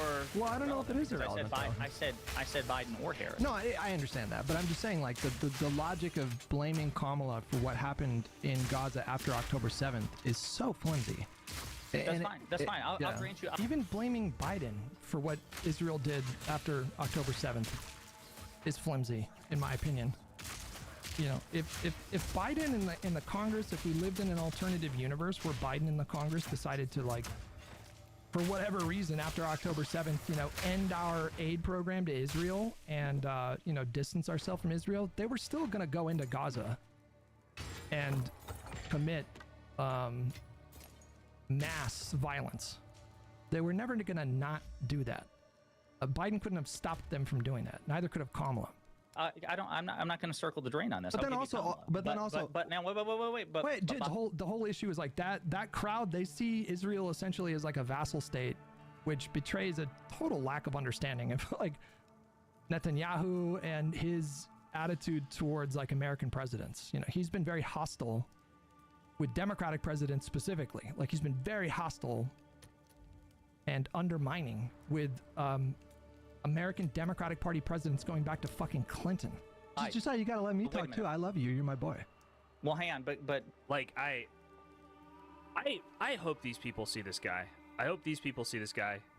He's like the worst. He's actually like just like a something. He gets triggered by me like very intensely.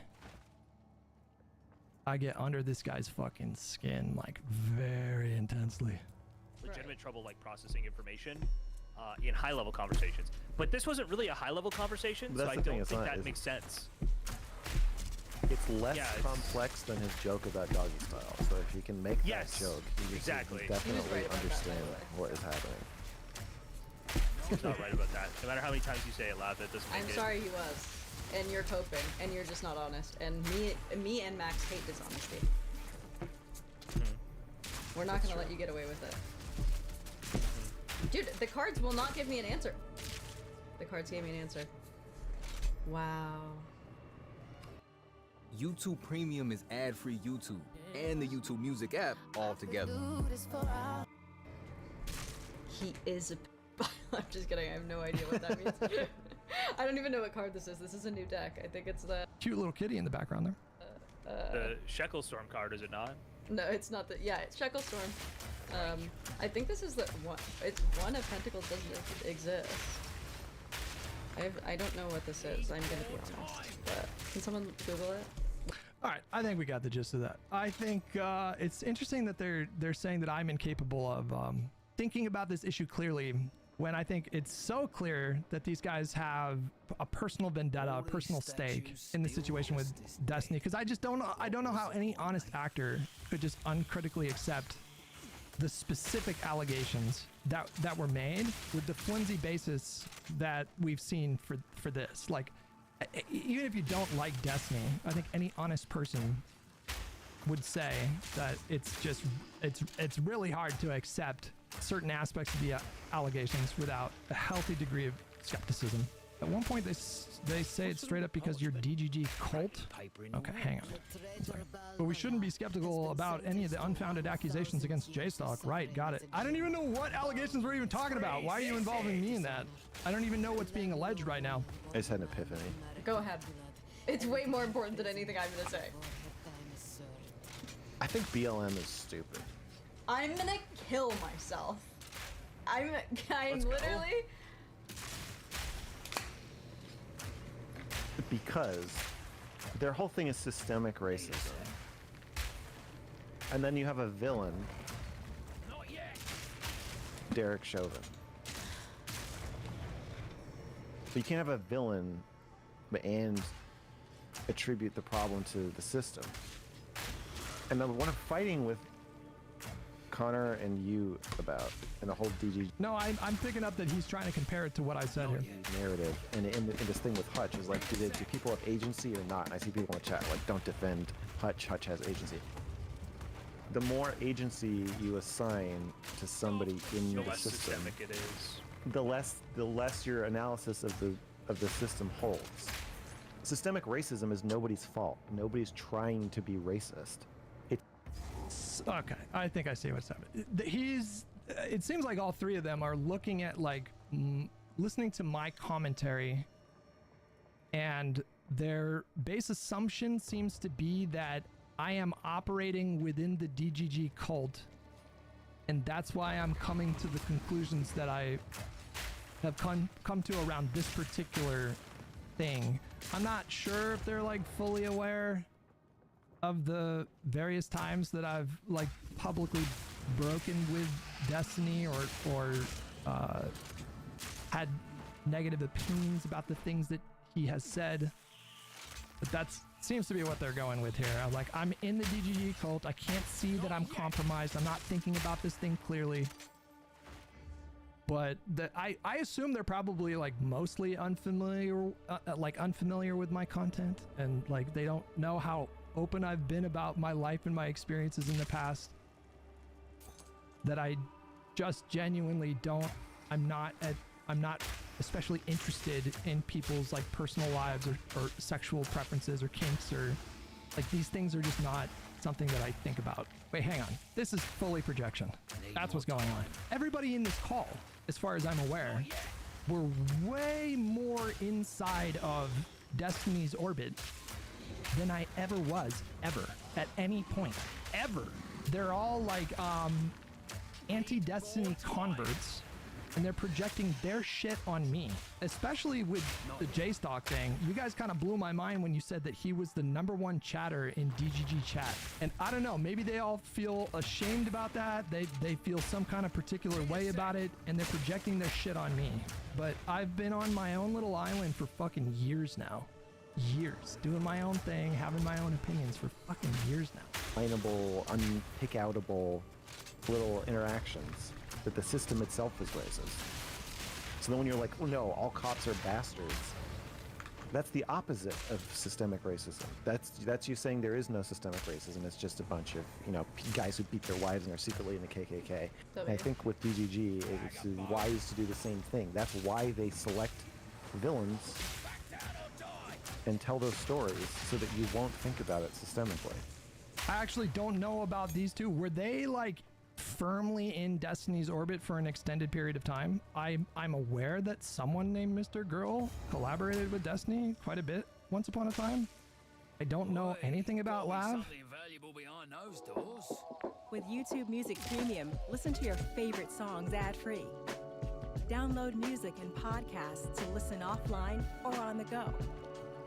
Enjoy thousands of customized playlists and radio stations. And jam to music when your screen is off or while using other apps. There's more to discover with YouTube Music Premium. Try 1 month free. Everything I've learned about JStalk, I've learned from you guys. Are all three of them like former, like full-on orbiters? They were on stream consistently for months. Lav is actually insane, very much so. They were pretty active in panels. Okay, I think this is I think this is making sense. I think this is making sense. I'm imagining like a former MAGA person who gets radicalized.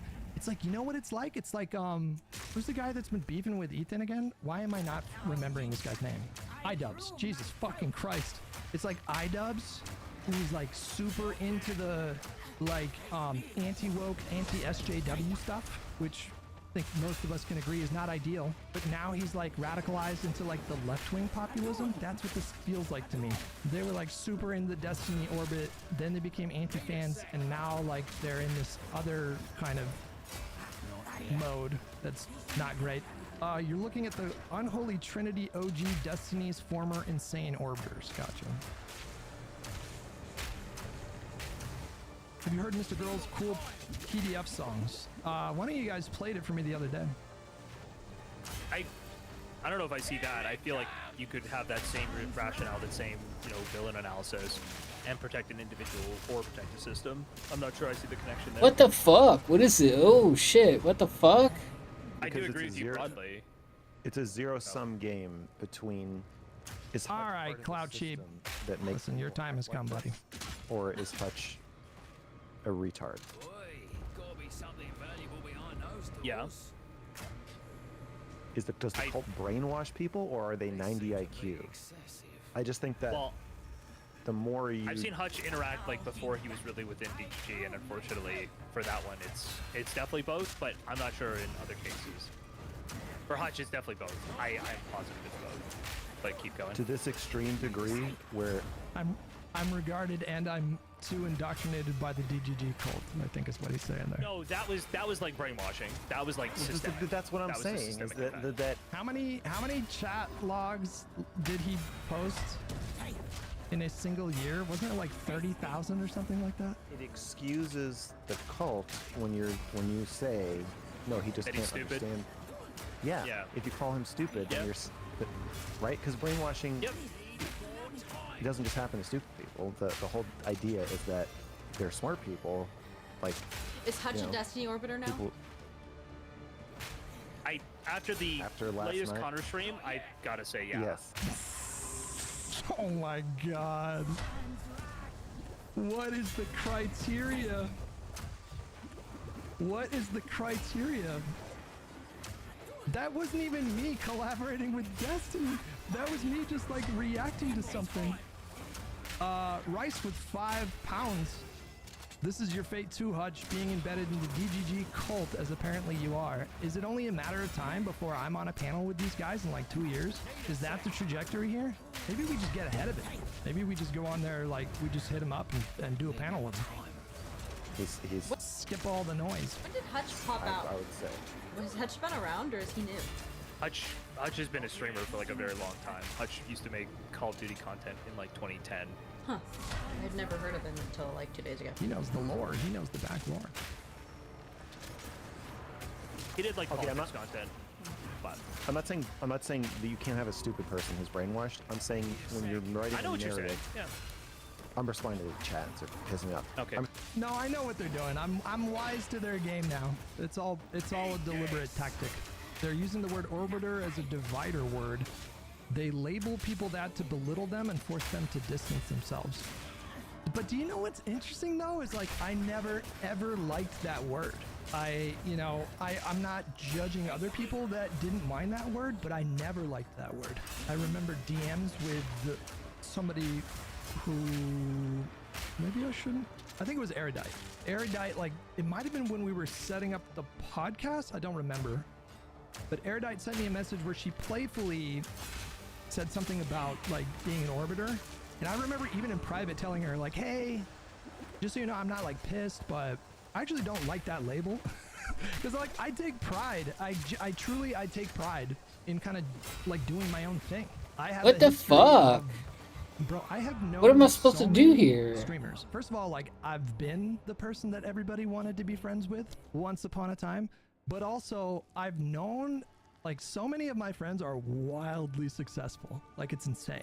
I'm kind of like an OG in the gaming space. And so I just know a lot of people who got way more popular than I ever did, you know, like multi-millionaires. And along the way, I could have latched myself like a barnacle on like 50 different people to like ride that wave with them. And I actively avoided doing it because I preferred to do things on my own. Like, maybe you could argue I was irresponsible to not do it.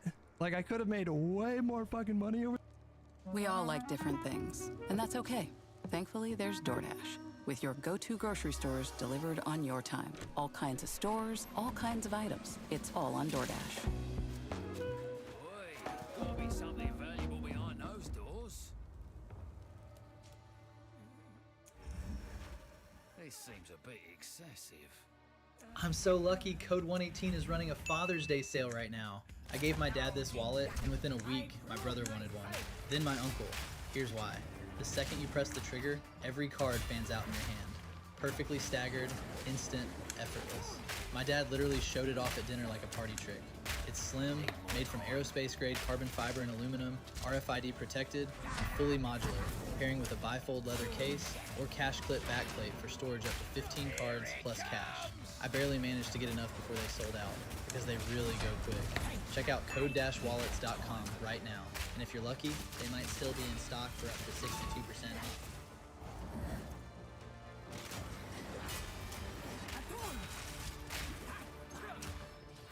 For the years if I actually did that, but I just liked, I don't know, I always took pride in that.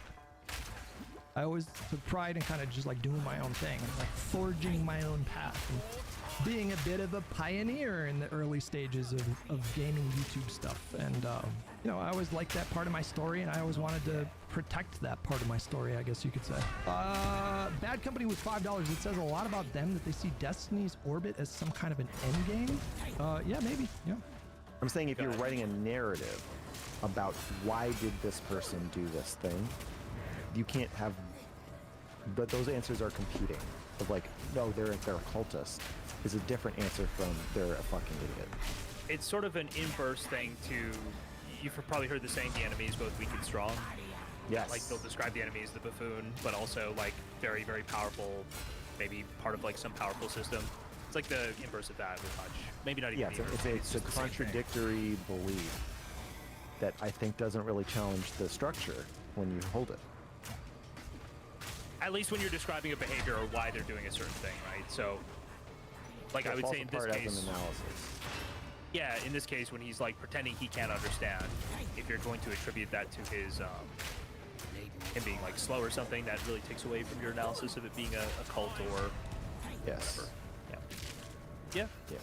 Yeah, I agree with that. And again, like you said, if you're able to make the dog joke, you should be able to understand Connor when he says, like, no, obviously given she's like crying and feels guilty about this, and she's probably not talking about just pretending to be step parents. That's not. Okay, but that doesn't fall apart when both parties, the husband and the wife, back away from those comments. Like, that doesn't just utterly fall apart. That doesn't make sense, right? The normal day-to-day activities of step parents don't lead to that kind of guilt. You should be able to understand that. Yes. If you it's laid out. I mean, even a 10-year-old could understand, like, the situation. It's not a complex situation. Yep. So what should we do with that? If you forced both of these people to bet like the maximum amount of money that they feel comfortable betting, how much do you think both of these people, J-Stock and Mr. Girl, would bet that that story was real based on the evidence that we've seen? How much of a personal stake would they commit in terms of the credibility of that story? Knife Mall with $2. So what you're saying is you paved it on your own. Definitely not. Definitely not. I networked a shitload in the beginning, the early COD stages. I did collaborations with so many people back in the day, so I didn't do it all on my own. Definitely not. And then I also got like a big old boost from Machinima, so, you know, I had tons of support in the space. Tar and feathering? But, I do think of myself as a bit of a trailblazer back in the day, Like, we were just kind of making it up as we went along. There was no blueprint for it. There was nobody to look to say, this is how they got success in this field. We had to, do all that on our own. We just, did stuff and focused on the things that worked. And, we just connected with a pretty big audience back then because it was, the right time, the right place, the right game coming out, the right platform. Kind of podcasts were still sort of novel back then. So it was like the stars aligning, right? No, I think we should provide, once he realizes and his cognitive dissonance resolves and he realizes what he's a part of, we'll have a conversation where I'll be nice to him and you'll be mean to him. I was not being mean to Connor. You weren't being mean, but you were being... Blood. Pointed. Okay, I think we've reached the end of that. Hey everybody, Walter Goggins here.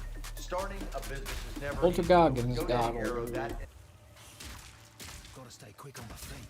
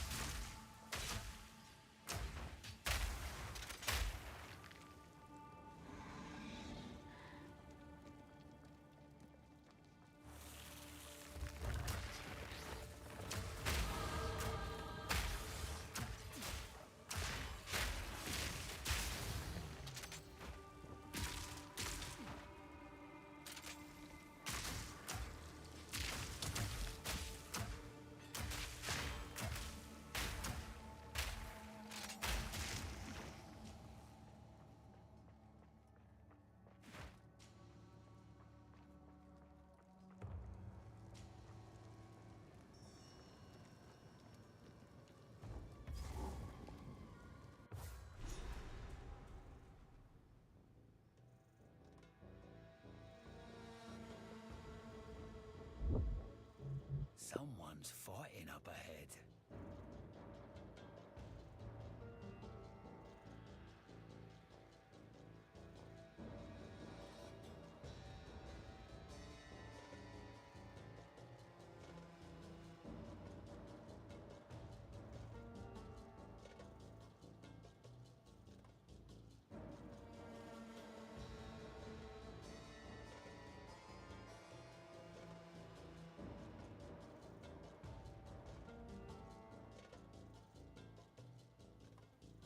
Freedom of speech is not everybody gets to scream everything they want at all points in time, and if anybody tells you to be quiet, Yeah, it is. that all of a sudden your freedom of speech has been infringed upon. But I would characterize you as broadly autocratic then, on speech norms, if that's how it goes. Broadly I have no idea autocratic. at what point that Broadly. became autocratic. If the citizens of the United Kingdom didn't like it, they can either vote for different leadership or they can petition the members of parliament to change the way that travel restrictions are done. Maybe it is, but is that not itself an deeply illiberal view? They could have justified blocking you from the country on the same grounds, no? The Republicans, they simply respond. They have no choice, like a child wandering through the forest looking for a candy bar. They have no choice but to just respond to what's happening. Do these left-wing internet stars really need to be banned from the entire United Kingdom? A huge wrench was just thrown into the travel plans of progressive media stars Cenk Uygur and Hasan Piker, the left-wing streamer, as the UK government rescinded their legal permission to enter the country ahead of planned trips. As the New York Times reports, the British Home Office publicly stated that they took this step because their presence in the country, quote, may not be conducive to the public good, and was, quote, based solely on an assessment of the potential risk they may pose to public order. I'm a regular critic of Hasan Piker's extremism, and I have plenty of disagreements with Cenk as well, but I still find this ludicrous. Both of these progressives were specifically visiting the UK to participate in panels and debates, very much the lifeblood of democracy, and whether you love them or hate them, nobody can really deny their significant influence and impact on American and global politics. And the idea that they would have meaningfully posed a threat to public order is kind of ridiculous. They've both visited the United Kingdom before without spontaneous riots breaking out. And while countries certainly do have a legal right to deny entry to their country to certain visitors, this isn't even a good way to make those decisions.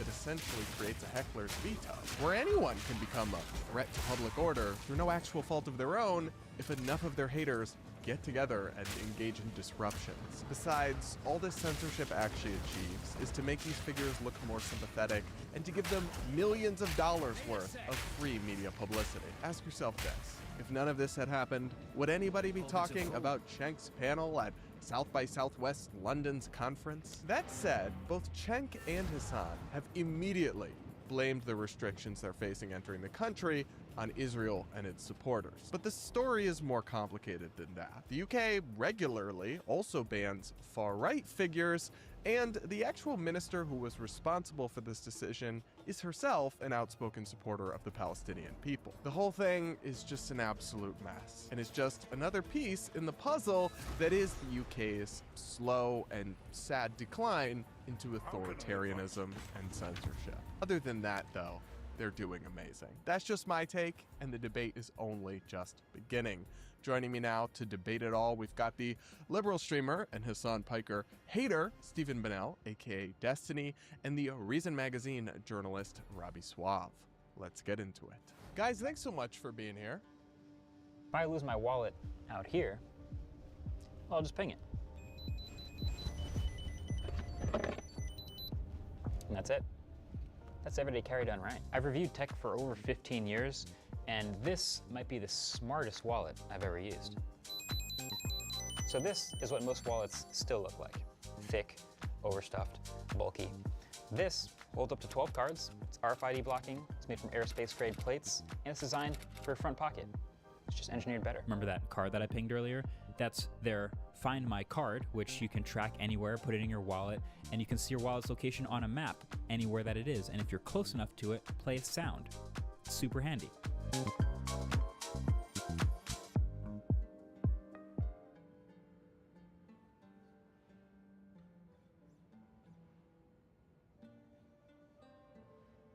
Nice to see you.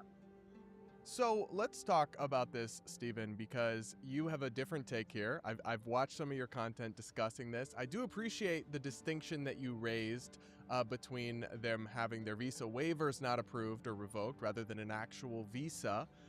But I do imagine they will have similar problems. They'll similarly be deemed threats to public order if they try to get a full-fledged visa. Maybe we could start with Cenk and see if we could come to some agreement there, because I think the Hassan case gets more complicated.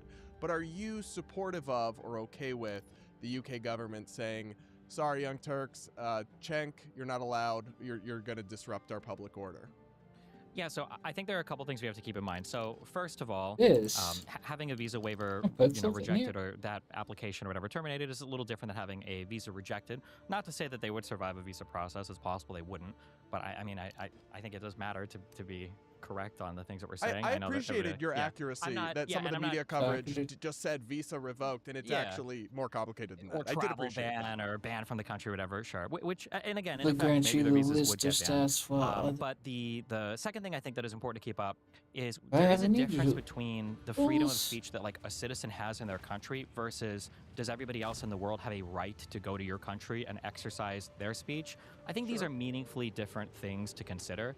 And if we are considering these things as different things, I mean, they're like the Palestine Action Group did a terrorist attack. They did a terrorism in the United Kingdom, and Hassan is watching it on his stream and cheering it on. I'm not sure if Cenk was. I'm sure if he saw it, he probably would have as well. But I mean, like, these two are obviously contributing to an extremely hostile climate. I think that if a country is like, I don't really know if I want to host that type of foreign speaker in my country right now, especially on an expedited travel basis, I think a country has the right to do that. And I think it's pretty easily defensible with regards to these two. But can we draw a line between Cenk and Hassan just for a moment? Cenk is always advocating for nonviolence and does not explicitly endorse designated terror groups the way that Hassan does. So I think the Hassan thing is slightly different. Cenk is he just has opinions that people don't like. He says things people don't like. He was specifically going there to debate and to argue with people. And yet you have a government coming in. You don't see that as you see that as totally fine.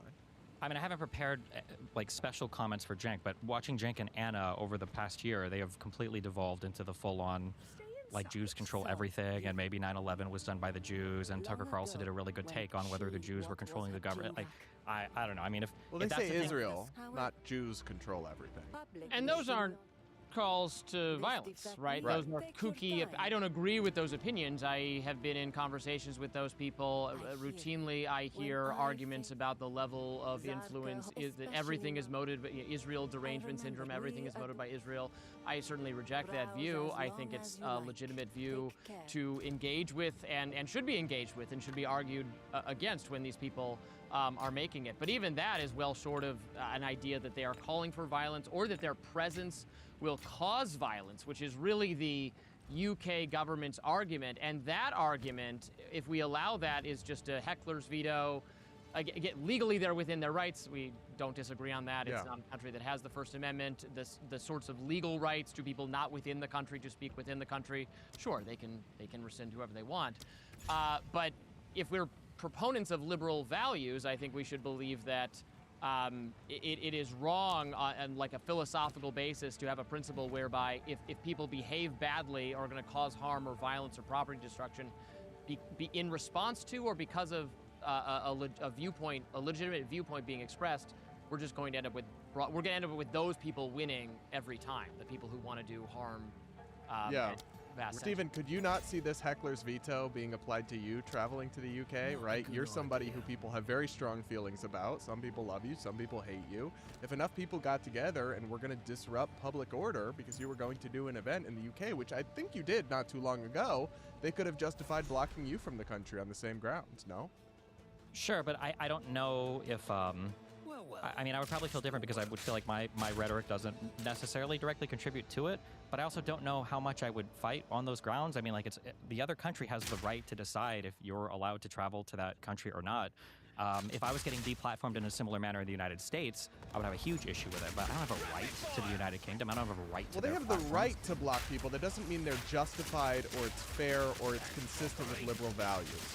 Well, sure, but I mean, like, if they feel like my presence in that country would lead to a more hectic, violent, whatever atmosphere, like Hassan and Jenk, like, obviously their rhetoric is incredibly inflammatory, is pushing Yours people in that direction. Yours can be too at times, Stephen. Sure, that's fine. And if they decided that they didn't want to host my speech in their country because they had that feeling, I mean, that's within their right to do so. I don't know if I would fight that much on the grounds that I have a right to that other country's platform. That feels pretty, Is entering a country a platform? And aren't you also depriving the rights of the people there who wanted to have them at their events and wanted to speak with them? You're saying entering a country is absolutely, yes, is like their platform, of course. Whether or not a country decides to accept you into their sovereign state, I mean, just the platform is the only thing. Obviously, they have a sovereign state. They can decide who comes in and out, but you're not getting a platform by being allowed in the United Kingdom.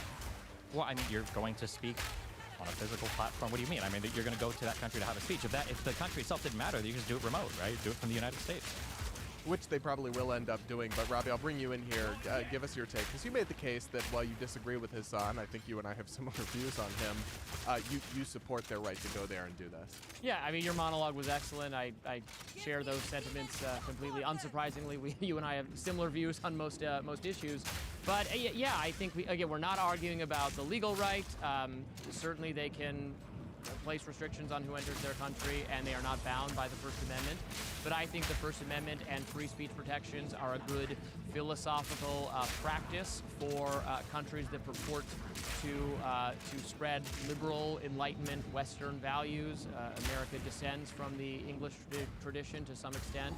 And I would characterize a nation that has very broad restrictions on free speech based on nebulous, I mean, this language, I don't know how you can describe it as anything other than Orwellian. And I know everyone calls everything Orwellian and it's very obnoxious, but they said may not be conducive to the public good.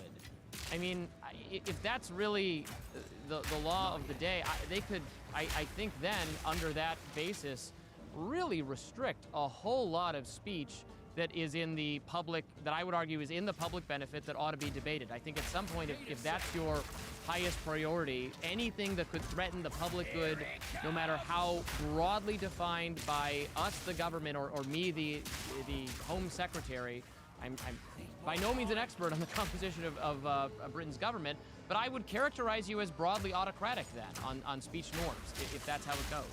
And I think that's unfortunate and something we want to argue against and say they shouldn't do that. And it is better for the country, for the debate, for a debate on Israel or whatever they want to debate to be had. And in fact, I would submit that it does not risk public order at all. That there was zero chance of public order being disrupted by Hassan or Cenk being there. So plenty of people go to the UK to stir trouble up. Like, it's a pretty common thing that'll happen between the United Kingdom, between Sweden and Norway. I know that Tommy Robinson likes to travel around and do things. I know there's a guy, I don't remember all their names, I don't follow European public stuff, but people will go to another country, they'll do their inflammatory speeches, their Bible burning, their Quran burning or whatever to stir trouble up or whatever.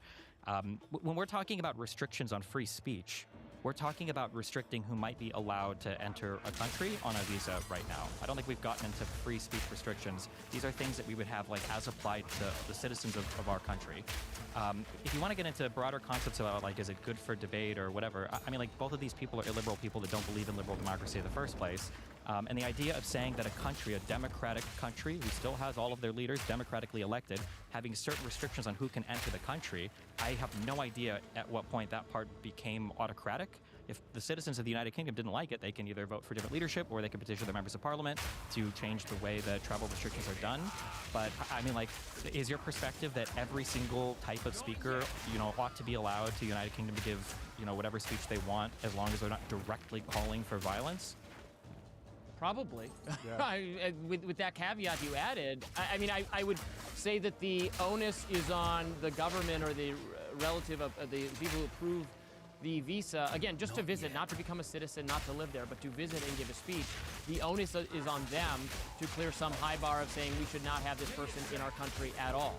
And even for someone like Tommy Robinson, you would argue that there are followers of him and there is violence that follows him where he goes. So maybe there you conclude differently, although we would end up debating that. But here is a case where that bar is clearly not even met. And so this speaks to like this validates a slippery slope concern about how this will be used, not just for some exceptional cases where violence in the streets might actually be reasonably anticipated because of this person, and thus there's a greater government justification, but for Hassan Piker and Cenk Uygur, who no one will, I think there's so little chance that anyone will commit any violence because they visited spoke before South with by no Southwest. violence, like a year ago or two.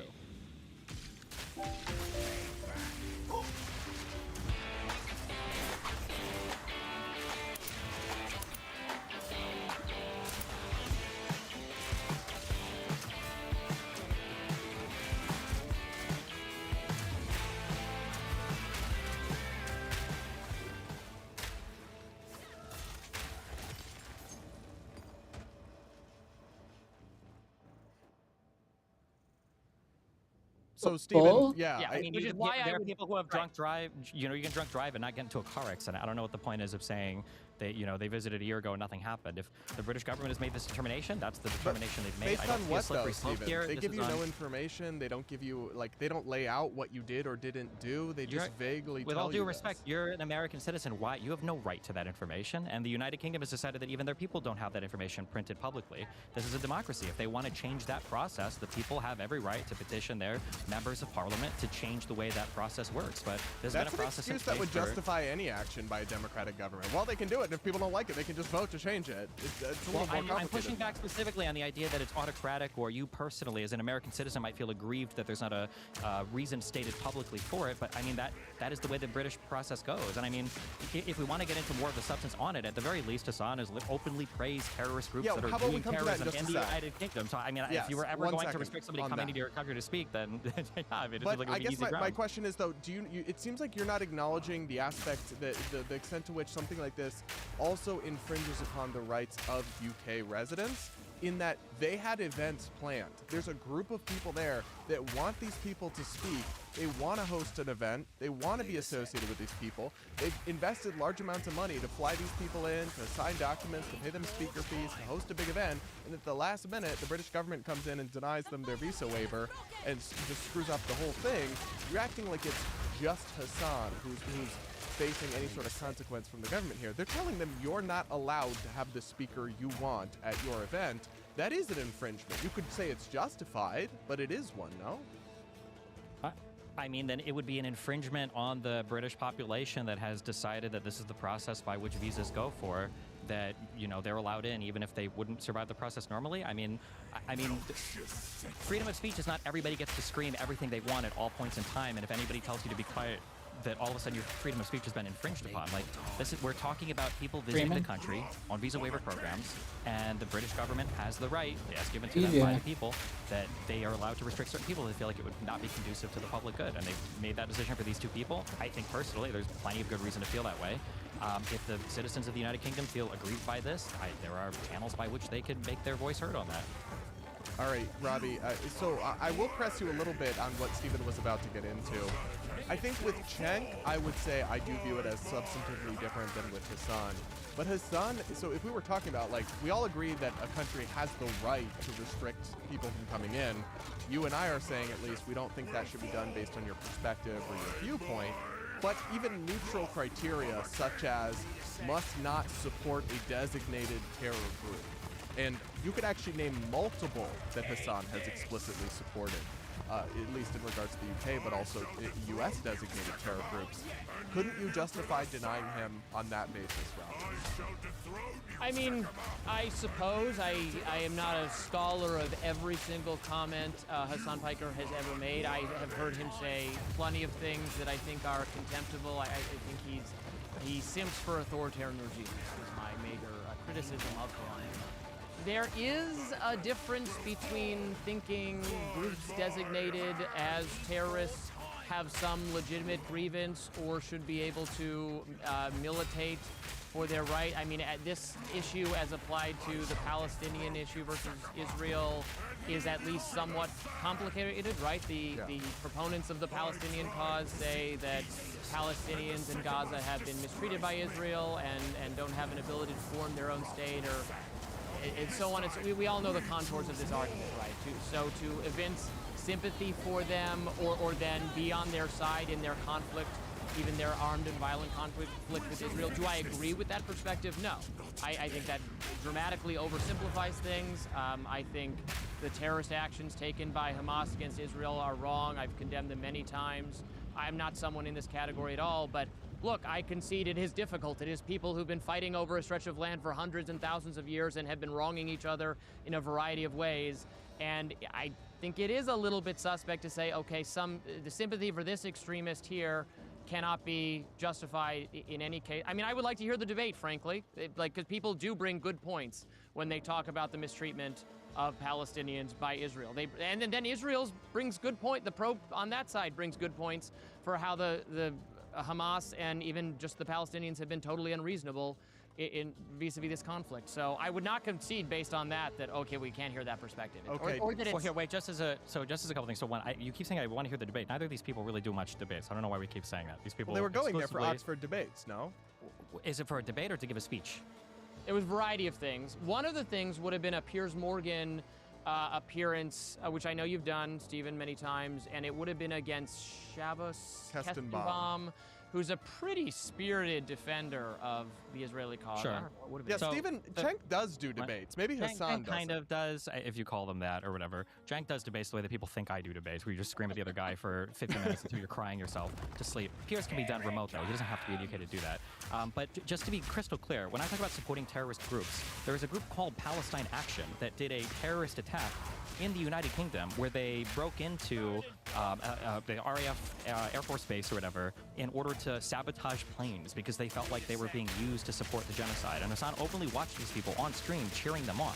Later, this group was literally designated as a terrorist group. If you're going to cheer people like this on, how can you possibly be surprised when a government doesn't allow you, especially an expedited basis, into their country? That's super fair. And then also when we said it's a little suspect to ban like the pro-Palestinian people, the UK has designated more radical Israelis as being, persona non gratas as well. I think Smoltrich and Ben-Gvir were two of, 11 recently that were marked as like, I don't know if they sanctioned them or whatever else, but I'm pretty sure they're not allowed to travel to the country either. So it's not like it's just on the poor, innocent pro-Palestinian people. I agree with you on that, and I would push back on framing by Cenk or Hassan that this is like only about censoring criticism of Israel. But I would tend to object to the censorship of the other people you mentioned as well, people of a far-right persuasion or a pro-Israel persuasion, I would say. That's fine, but this very naive, like childlike view of free speech where everybody just screams at each other this is not working. It hasn't worked for at least the last decade. Nothing is furthered on this conversation anywhere. The vast majority of the super pro-Palestinian people probably can't even find it on a map. So the idea that like just more debate and more people with unlimited access to countries being able to fundraise millions of dollars, because both these guys are millionaires, while they just sit and preach to a choir that they get continually radicalized and stirred up while never doing anything bad themselves, for people to come out and be like, oh, well, it's just the marketplace of ideas and they're not directly inciting violence, is a little bit crazy, I think. We'll let Robbie respond to that. But is that not itself, maybe it is, but is that not itself a like deeply illiberal view? I mean, in a First Amendment, and I know we're talking about the UK, which does not have the First Amendment, so we're really not talking about the legal protections or what it has to be. But our First Amendment, which I hold to be a really wonderful bulwark of free speech and of liberal principles, is based on a philosophy, or at least it has been expanded upon its mythology, on the idea that speech and debate is good, even if it's painful or uncomfortable, or we cry ourselves every night after participating in it or listening to it. And in a First Amendment context, this question would be very clear. No, Hassan's mere support for or siding with or love of terrorists who are actually doing violence would certainly be First Amendment protected speech. So in the American context, that would be very clear. Unless there are First Amendment protections for people traveling to our country? No, he's not saying I'm saying if he was in the country as a citizen, it would protect that. I mean, it would protect him from the government infringing upon it. It wouldn't protect him from some. They wouldn't be able to shut down his speech at South by Southwest in Austin, Texas. No, but South by Southwest could shut it down if they wanted to, not platform him for some. But they wanted him in London. That's fine. I'm just saying that what we're talking about the First Amendment here, which was explicitly and specifically about government restrictions on speech, because we could see the problems with that.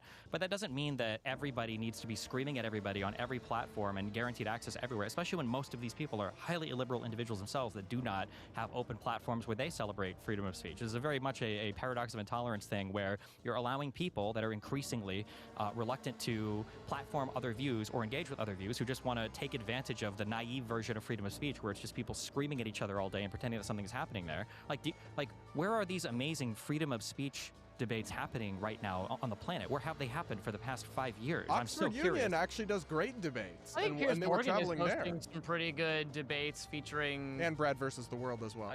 So Oxford Union is a highly moderated platform. I don't know why you would go with that one. This is literally like 3 minutes here, 3 minutes there. This is not people screaming at each other, number one. Number two, Piers Morgan, I think if the Founding Fathers saw that the First Amendment was Piers Morgan, I think we would have had 9 amendments in the Bill of Rights. They also supported okay? the Alien and Sedition Act, so I'm not sure that goes too far. But I'm just saying that they will come at you though, because you're criticizing people for being illiberal. I mean, the response will be, well, you're being illiberal for saying their speech should be. I mean, not that you're like saying chill their speech, but you're siding with the people who are chilling their speech. So then we just have this race to, well, I'm silencing or fine with the silencing of my enemies.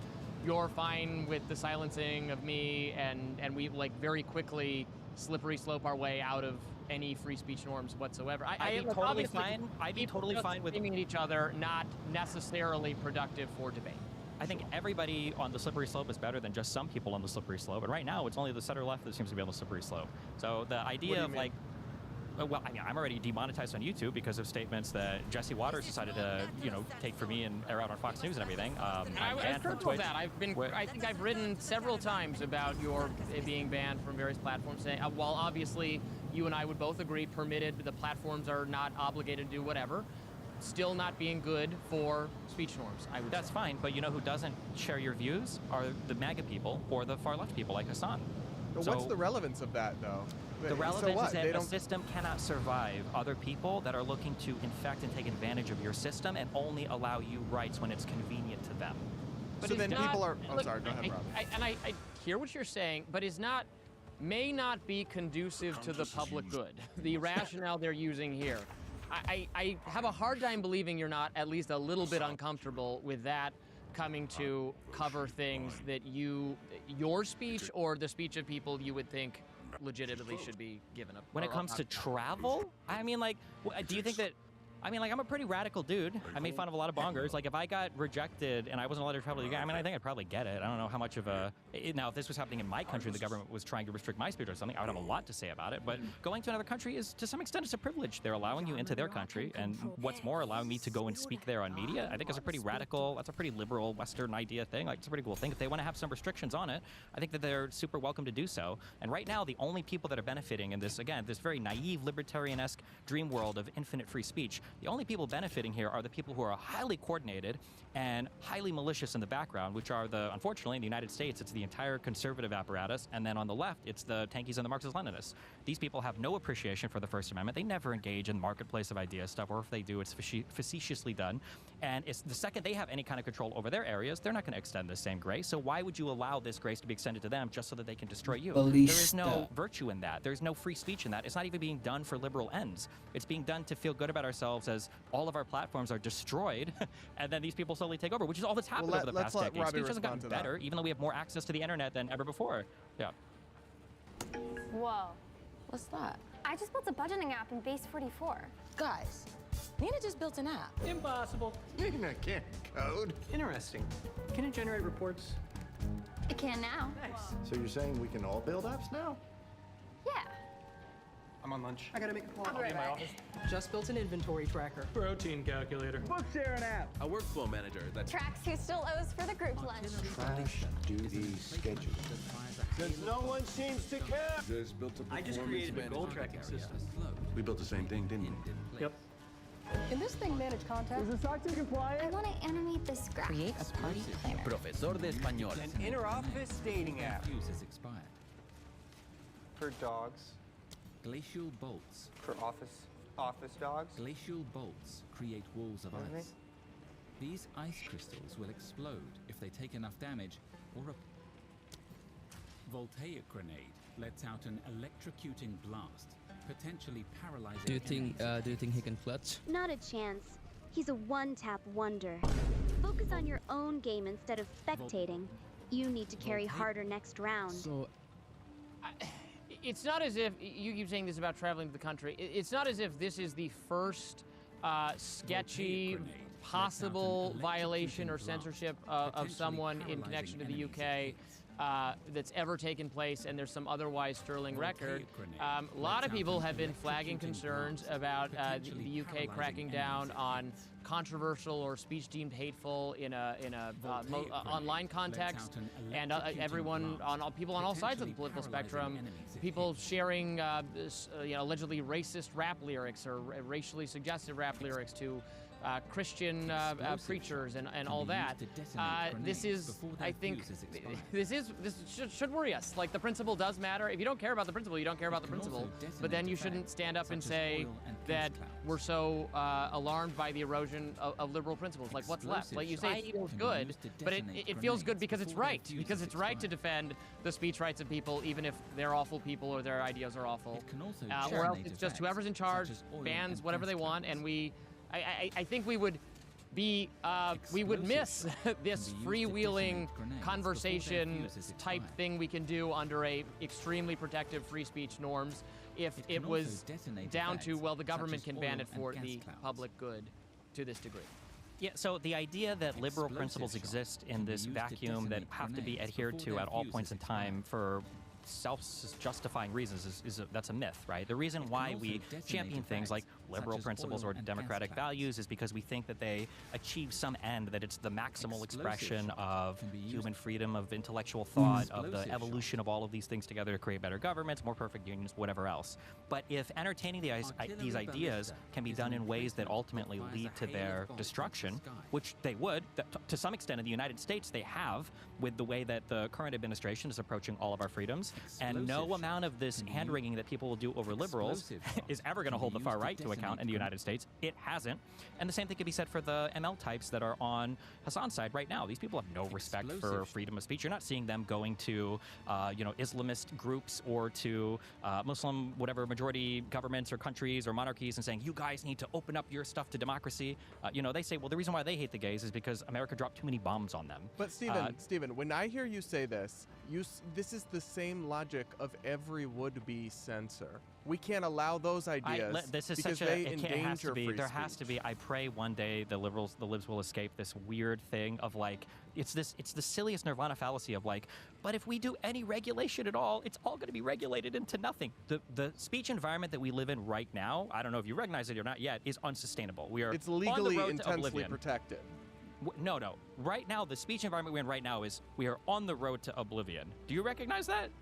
What do you mean by speech environment? Our politics is getting As worse in and is terrible. the politics is downstream from bots on X everywhere, from people cultivating and curating their own audiences and then convincing them of things that aren't real, of people that are refusing to engage with the other side in any way, size, shape, or form because they have their own little protected spaces. Like, all of this can be done under the umbrella of liberal principles. You support not allowing people to engage with other perspectives and These groups they people want to don't talk engage, though. They Hassan do. and Cenk Cenk does Uyghur all the don't. time. He He'll does go all on the to time. Piers Morgan and scream at people, but these people, by and large, don't engage. Go and look at the conversations. Hey, when was the last thought-provoking conversation Cenk had with any pro-Israel or Zionist guy or anti-Hamas guy? Right? You can't name a single one. It's just You might screaming not at. like it, but he talks to people and debates people all the time. I can state objectively, because I'm confident enough to do so, and you should be as well, because I know you, and I know that you're a smart man. You cannot say, just because you don't like it doesn't mean that it's not a good debate, and look at two people that are screaming at each other.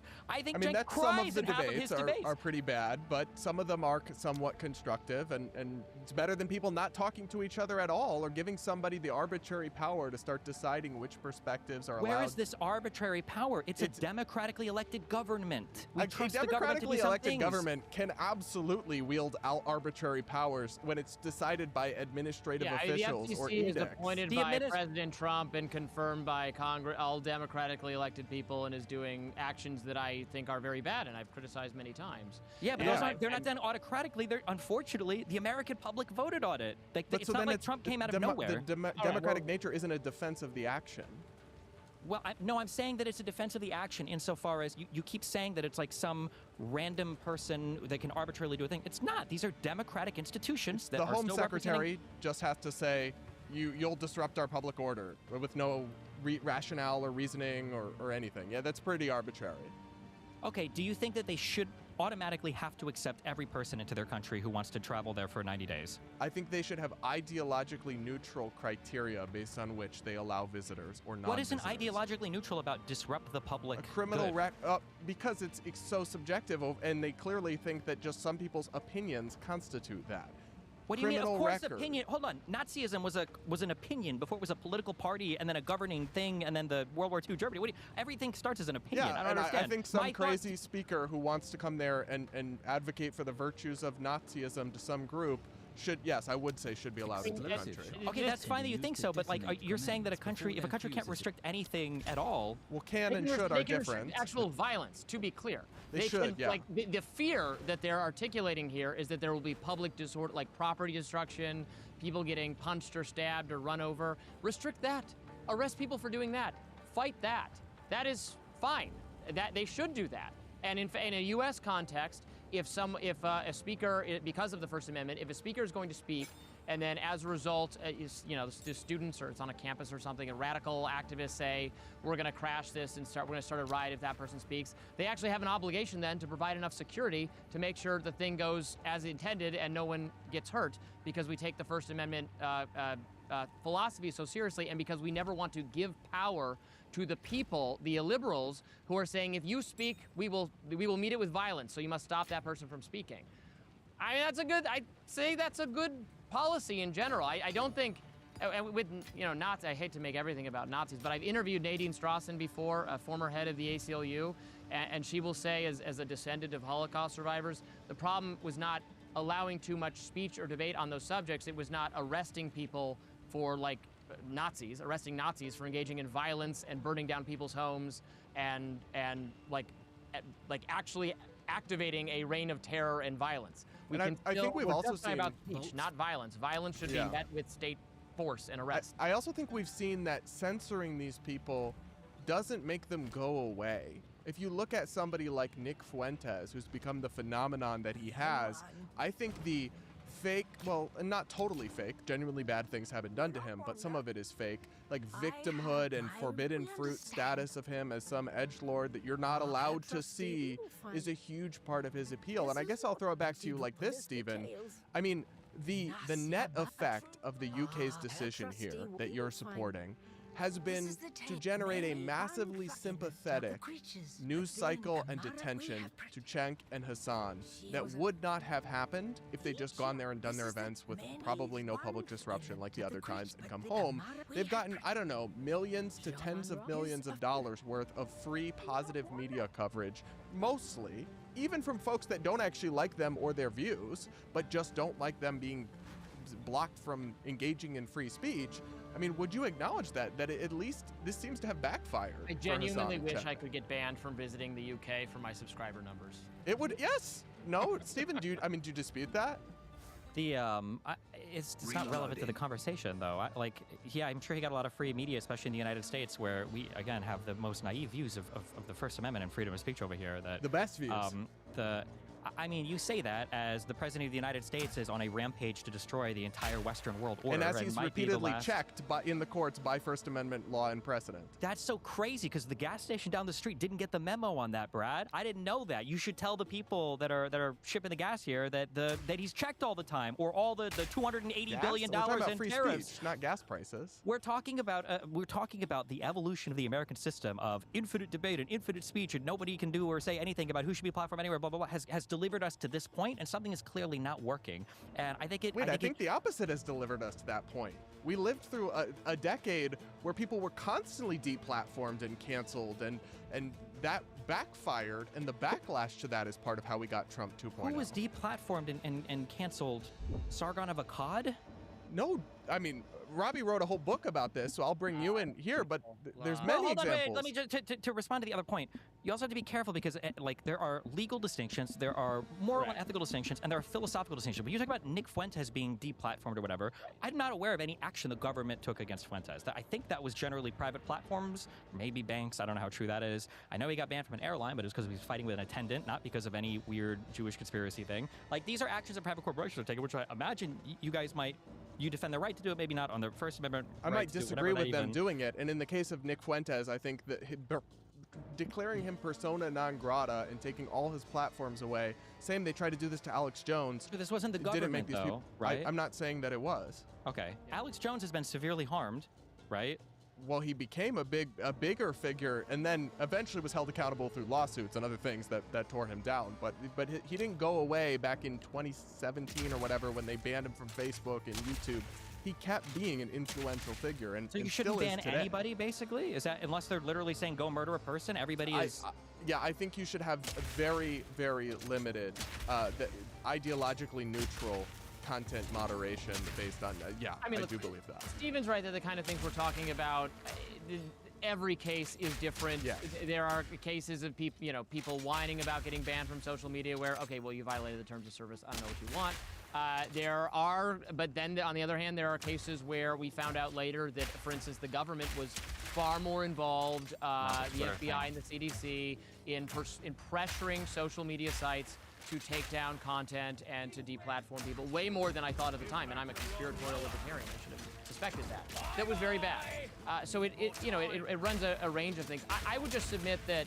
And look, not everything is perfect about the era of information spreading we live in. There's certainly more abject falsehoods likely to spread because there's no central control whatsoever over what people hear. But of course, if the central authority was spreading something obviously wrong, as maybe Stephen thinks the administration would be through its official channels, we would be glad that there is no easy way. At a time where, in many cases, business people who are friendly to Trump, either because they're in ideological agreement or frankly just because they don't want their other companies regulated and need to suck up to him, which is bad, but they feel that way. So they are buying up media companies and making them friendlier to Trump, and which gives them less market power and control over the narrative than ever before, because it's just way too vast, man. There's just way too much information coming from from social media and YouTube and what we're doing and what all of us are doing in a variety of different projects. There's no one person who's beholden to Trump for whatever reason in charge of it. And that is a really good thing that I'm thankful for in this wild era. How is half of our media ecosystem enslaved to Trump then, in the mainstream and alternative media sphere in the United States? I looked pretty healthy on the outside, but this scan revealed I was a heart attack waiting to happen. I stepped on my Hume Health pod, thinking I'd get a nice pat on the back for my morning walks. Instead, it said I had dangerous levels of visceral fat wrapped around my liver, heart, and pancreas. I had no idea, because visceral fat doesn't show up on your body. You can't pinch it, you can't see it in the mirror, but it's the fat that actually drives heart disease, diabetes, inflammation, and even cancer. And what the Hume Health Pod told me to do next probably saved my life. See, the Hume Pod doesn't just weigh you like a regular scale. It scans your entire body with 98% DEXA accuracy. They were basically exactly the same, except for one thing, which I'll explain in a moment. To use the Hume Health Pod, you just step on it, grab the handles, and in 30 seconds, it measures 45 different health metrics, including how much visceral fat you're hiding. It scans your arms, legs, and torso separately, so you know precisely what's happening inside your body. The app breaks everything down in color-coded body composition reports. Green means you're good, red means you need to work on it. And for every metric that needs improvement, There are people who agree with them. You said it's a democracy. There's, They just happen to agree. So they agreed that he was going to be the president of no new wars, and now they all agree that he wants to go to war with Iran and that we kidnap people from Venezuela. They were the people who agreed with free markets, and now they agree with tariffs on the world, and now they agree with no tariffs. Who are you asking? The voters in America? I mean, they're turning on Trump, and he's going to get killed in the midterms for violating some of those programs, but they also dislike Democrats very profoundly. I understand them. I dislike Democrats very profoundly and also dislike Trump and don't know what to do about it. Aren't there other media figures, Stephen, that are revolting? I mean, whatever you think of these people, and I have my different issues with all of them, but Candace, Tucker, Megyn Kelly, Sean Kelly, Joe Rogan, all these people went from supporting Trump very vociferously in 2024 to being harshly critical of him. So they're not like in a MAGA, even if you don't like where they are going, they're clearly not in a Trump cult. They were nibbling around the edges, or they have been nibbling around the edges as the Trump coalition falls apart, but they've happily ridden these waves for 5+ years. But they've turned on it against him harshly now. Yeah, well, as he's starting to lose political power, and then it'll be the next thing that people jump on. But so clearly it's not half the media as a MAGA cult, because they wouldn't be doing that. They would still be supporting him hardcore. Go ask yes, any of those people. Here, you want a MAGA cult proof? You ask any of them. Do you think that Kamala would have been a better president than Trump yet? None of them will say yes. That's a MAGA cult.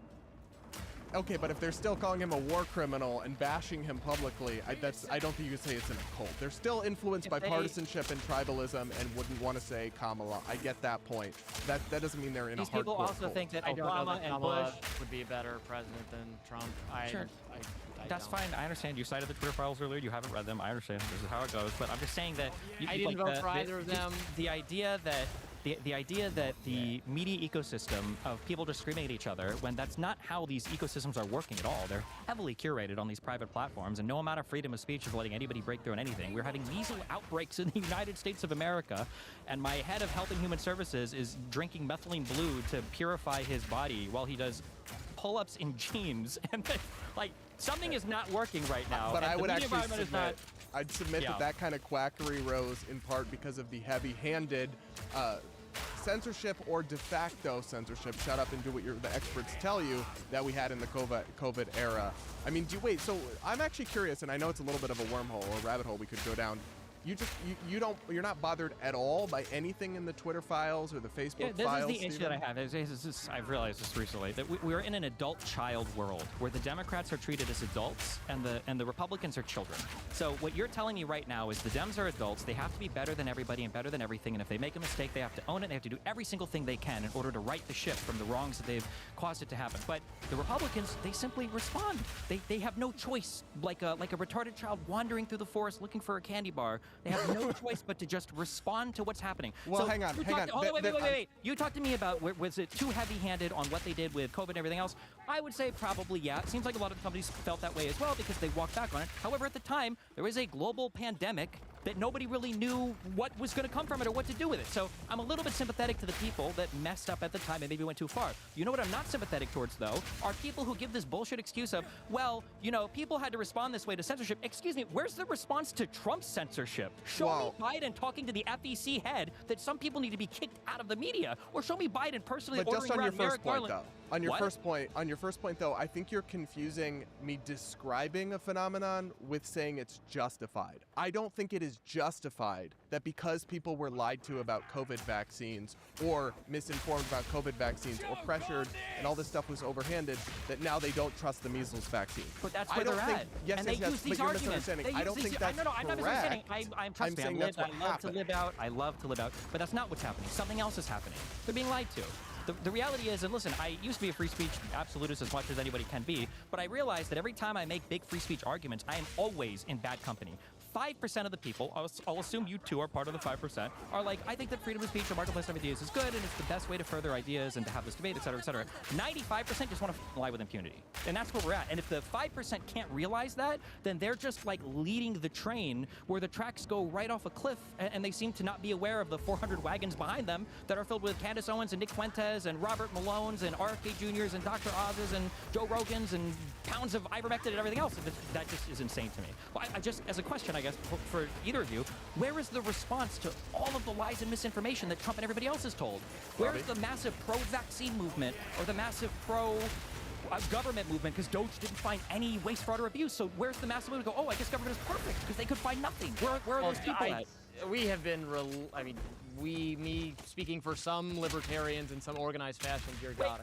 Wait, before you go off, I've been relentlessly critical of that. Let him answer your question. No, because people always go, well, I did this thing. Well, I don't care. It's not about you. The song's not about you. All the MAGA people who are supposedly, descriptively, acting this way as a response to the other thing. Tell me they're not retarded children in a forest looking for a candy bar. I'm trying to find out why don't they respond the same way to Trump. I don't care what you personally. I assume you're a decently intelligent person. Brad's brought you to the show. I would hope so. But why doesn't everybody else respond that way? You can't say that about everybody I bring on the show, but Robbie, in Robbie's case, our absolutely. two-party system is very bad, and it is people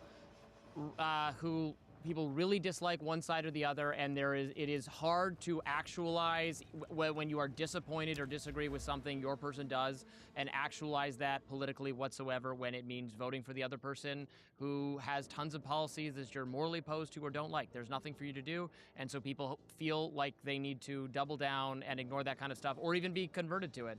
I don't think that's a failing of our speech norms, though, to get to the conversation at hand. I think that's a defect of our uniquely American two-party system, the winner-take-all dynamics, various things of that I actually would not defend, and would be a rare case of me saying that, like, other countries do it somewhat better, where you, like, have a range of options and they form little coalitions, and in some countries where, you know, if your party gets 5% of the vote, then they have 5% of the representation and you actually achieve something or whatever. Like, our system doesn't work like that, and it's something our founders got wrong. But I would not say that about our ironclad support for the First Amendment, which to me is very good, and that these problems are not responsible of that or caused by that. All right, guys. Well, I just one more time. Where is the response to the right? I don't understand coming. how that was. Well, I would say this: it's already in the polling. Trump's polling terribly. It's getting worse. There's going to be a huge backlash. He made it to a second term. After all the Jan 6 stuff, after all the weird Russia stuff, after all the somebody who was like not older, he was too old to be president. That's the backfire there. I mean, that was a really bad choice they made. Democrats should have been able to resurrect vampire Hitler and nominate him, and he should have won over Trump. The fact that that guy got a second term who says to this day that the 2020 election was stolen, that we can't even talk about Russia anymore because the libs got so mind-f***ed thinking they have Trump derangement syndrome, and conservatives know that there's way more there that they never want to address. The anti-vax stuff and the attack against our public health, the attack against our educational institutions. I'm just, when the response is going to be, wow, we sweep the midterms and the next Democratic president wins 55% of the vote to 45%. That's crazy. In my mind, that's just crazy to me. That's just all right. wild. Well, the response, I think the response is in the polling and in that democratic process. And I agree. A lot of this goes to bigger issues about our polarized society and two-party system and partisan politics. But I appreciate hashing it all out with both of you guys. Thanks so much for coming on the show. Thank you. Cool.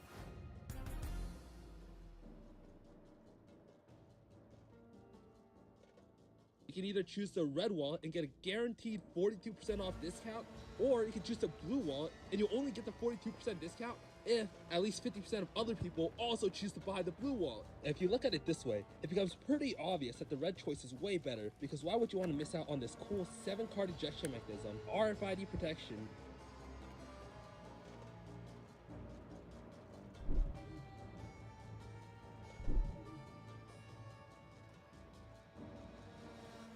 Oh, thanks. Participate and... No, I didn't participate in it, but I watched it. It was hilarious. Reloading.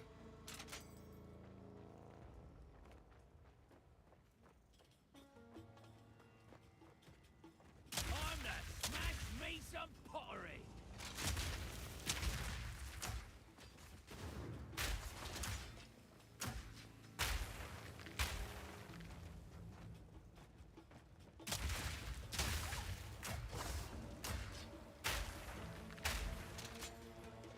Did you watch it? Did you participate?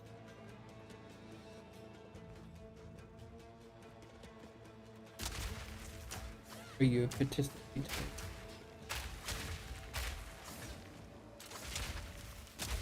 Precipitate.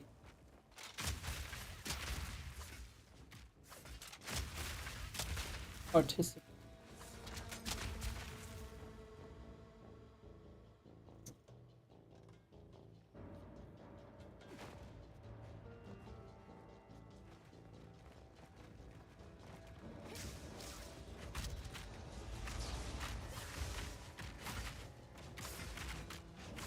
Ah. Fuck.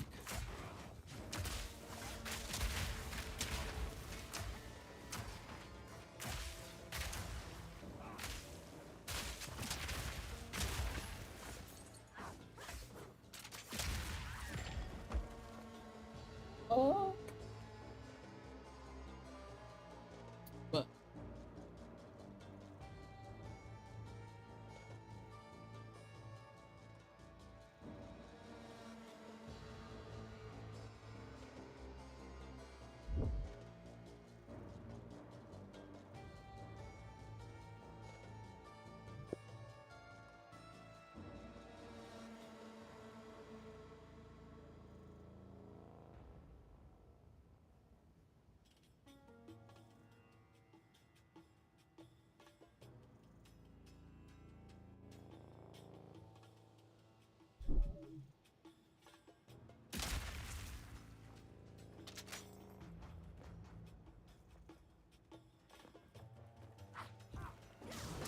Oh, fuck.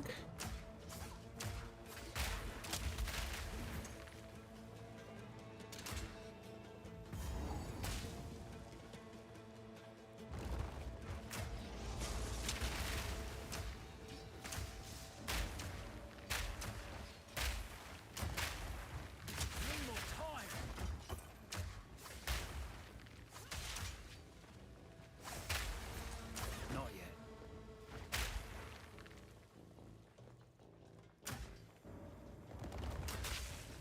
Not yet.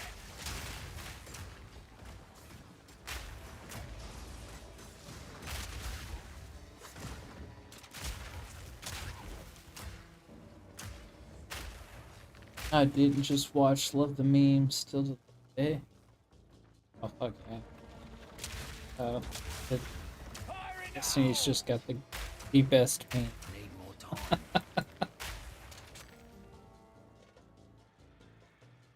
This shit is wild.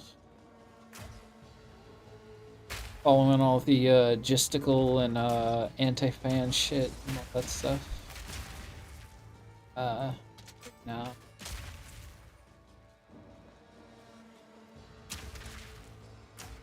I can't wait till he drops it a manifesto or the document, whatever they want to call it.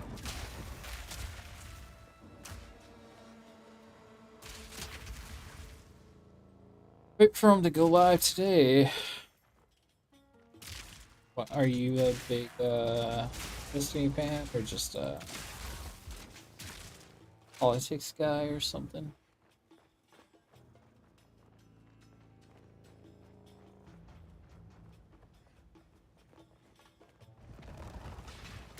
Started out watching them just for politics, but I really like seeing them like navigate relationships, create drama. It's all pretty interesting. How people react to the whole court case, all this shit.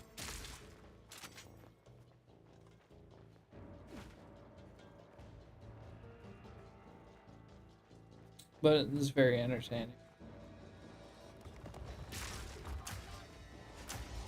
And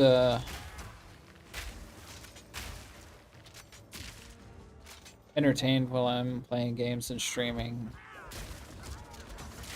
Well, I don't have any fucking like audience or community, and I'm not a big like talking to myself kind of. I just it feels odd talking to myself.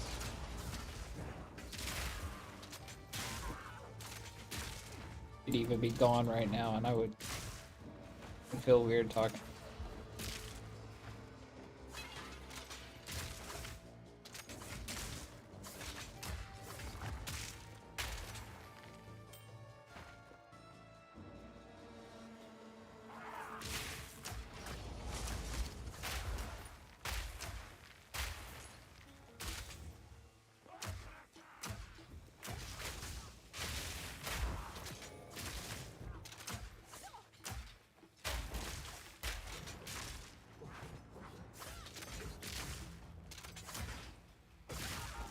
Oh.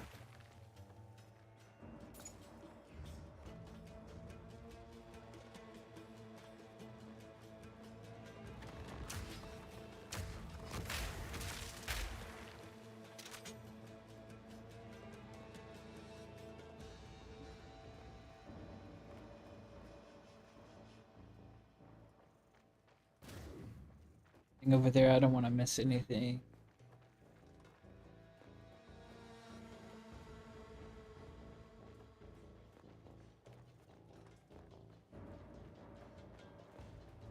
Be the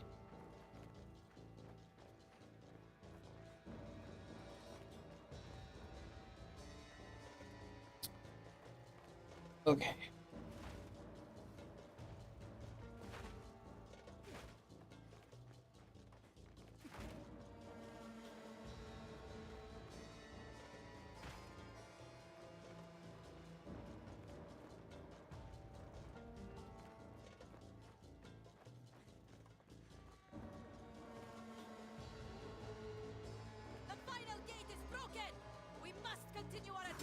Oh God.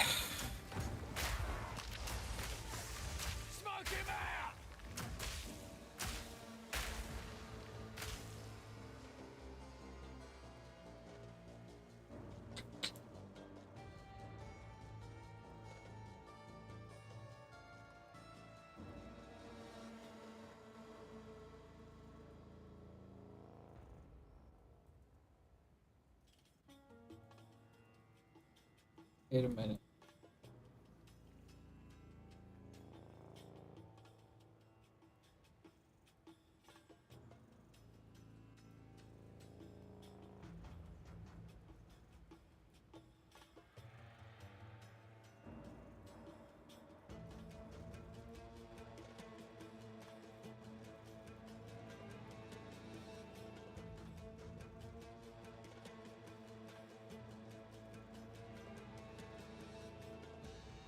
Was at 9%. Wait, Somewhere let me in the just, I'm middle. just trying to wrap my head around the timeline. In June of 2019, Biden had inflation. I want to say it was June of 19. It might have been 20. Okay. I'm just a meme You collector. understand Did you ever Donald play an Trump was old president horror for both game of those called years, right? Fear? I'm sorry. I'm an idiot. Fear I 2 said Project that Fox Origin? News lies. Yes, Like, yes, I did. They have lied. I'm not. Those are very old. Yeah, a long time ago I played those. Those were awesome. I first had my I think, wasn't there some Fear games on PS1? They're just like, fuck, I can't.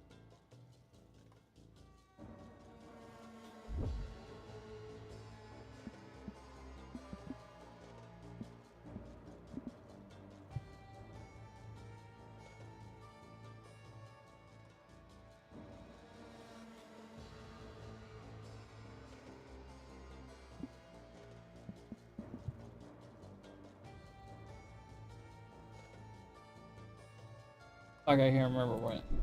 I think I played the first one. Might have played the second one. That was so long ago. So long ago. I can't even. I don't even remember the story to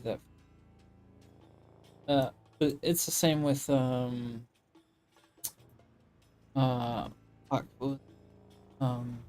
The Silent Hill games too, the early ones. The first and second one, I think, but I don't even remember. And stuff like goddamn Nightmare Creatures. I played tons of horror games. They're my favorite game. Played the Fatal Frame games were good. I think there was one that came recently. Not too recent. It was in 2000s. I just haven't looked like a new Clock Tower game. I haven't played that. Clock Tower was a badass game too. Well, it wasn't badass, but it was cool story. Like the whole point and click thing. Different, I guess. Felt like a old PC. The fuck, didn't I fight this guy earlier? Wait, what am I doing back here? Did I die? I never fought this dude. I guess I'm fighting him again. I don't know.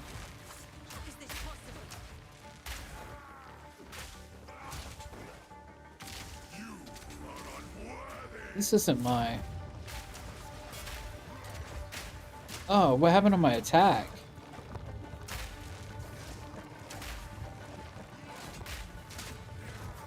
What happened to my explosive attack? What the fuck?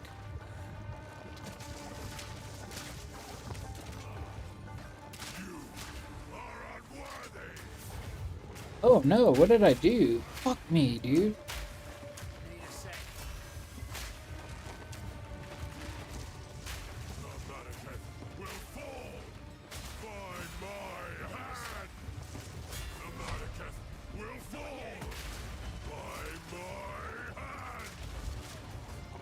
Fuck.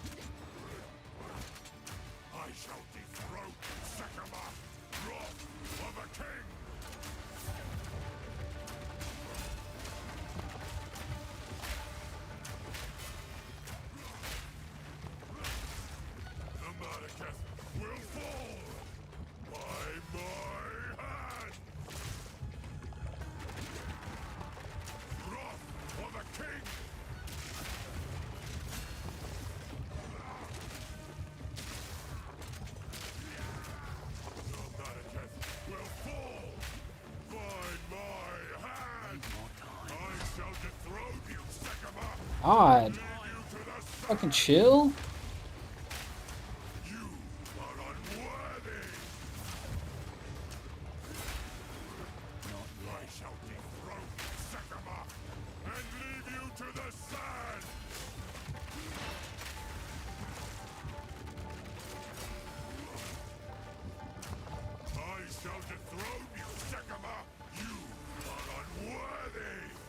Oh fuck, am I out of...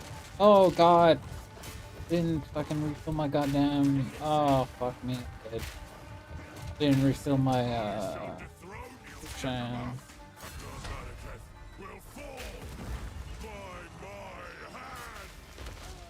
Oh god.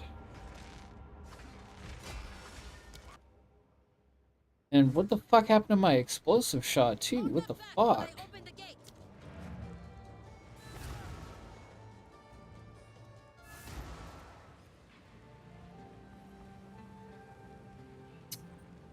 What have you learned?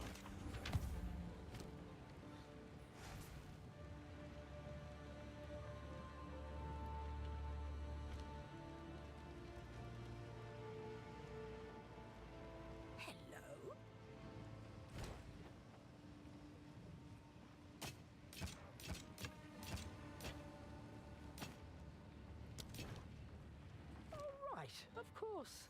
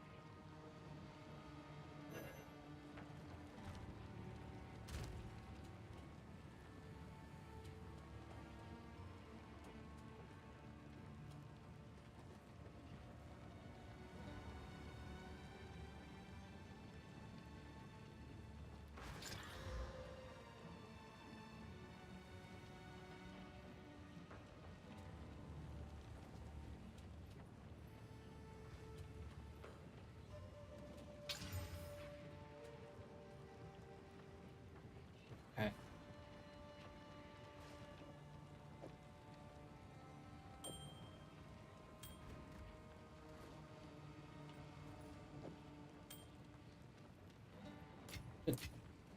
Not a shot, dumbass. Care for a story? For you, young one. Here, have this useless gold. Fuck. I will tell your tale. Okay. Fuck happened?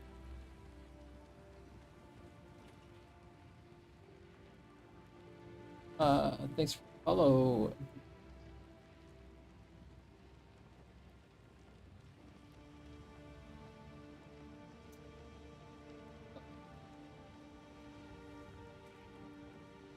Explosive shot.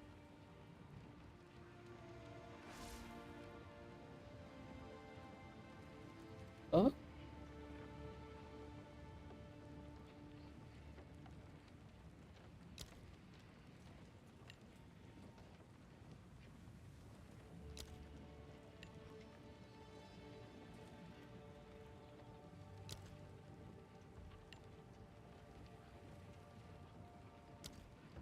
Okay, I don't know. Did you play Call of Cthulhu: Dark Corners of the Earth, released in 2005? I hate playing horror games, but I used to watch a lot of files back in the day. Ma'am? Call of Cthulhu? No, no.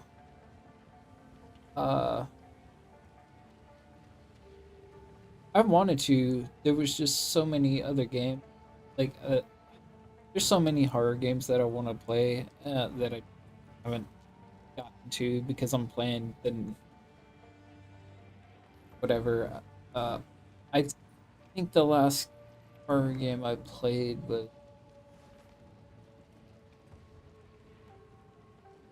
on my YouTube channel, like a Plague Tale.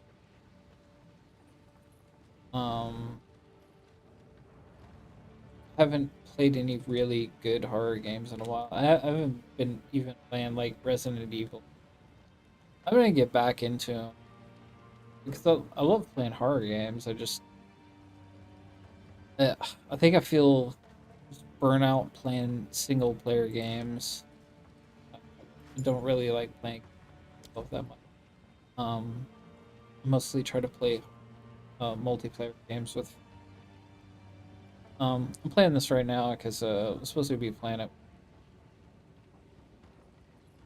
Catch up to it. It should be.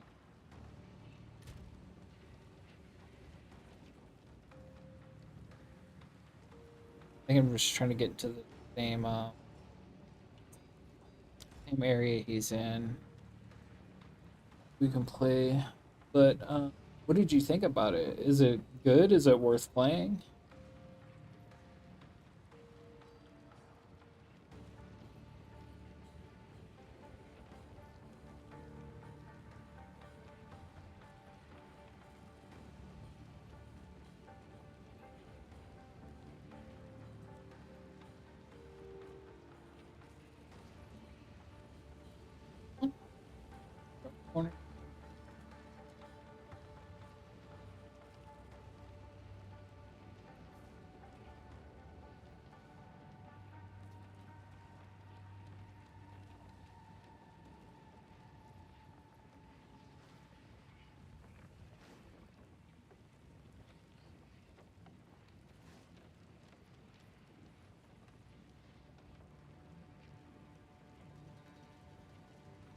Oh yeah. Oh,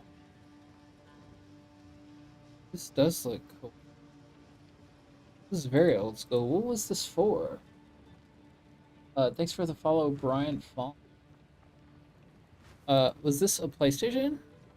Well, this is made by Bethesda. Might actually have to play this. Is it even playable?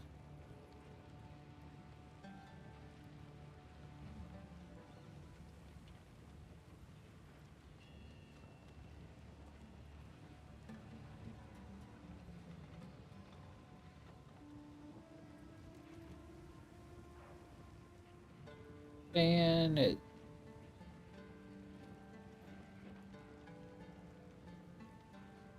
Oh, I'll fucking play this. This actually looks good. It reminds me of Nightmare Creatures in those old like Polygon horror games. This scene right here fucking sold me.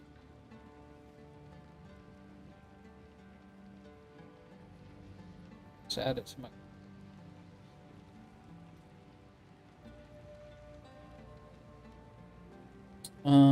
Yeah, I'm gonna. I'll try to get back into.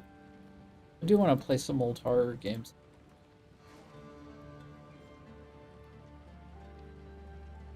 I thought it was a masterpiece for its time, but honestly, I have to burning out. Yeah. I love story-based and single-player games and stuff, but I just it feels way more fun just to play games with. I'm an older dude, and all my friends are older, so they're like it's hard to play with them sometimes because they got families and kids. But we try to make time after work and much as we can. It's just so much more fun to play with my anything really. But when I'm like usually I stream because I work nights. I stay and I'm off for Wednesday and Thursday, just 2 days a week. When my friends are up, I'll play with them, and then when they they usually go to bed because they work days and stuff. Um, I'll play single player games. I don't usually play with random strangers. I would have to get pretty. I have a pretty aggressively shit talky. I can cross some lines, and they'll get pissed off, but they know me and they blow up. But it does look really good, and it's cheap, so I'm definitely gonna try it. How about this? Is this the newer one? That I thought you were talking about. I wanted to play this.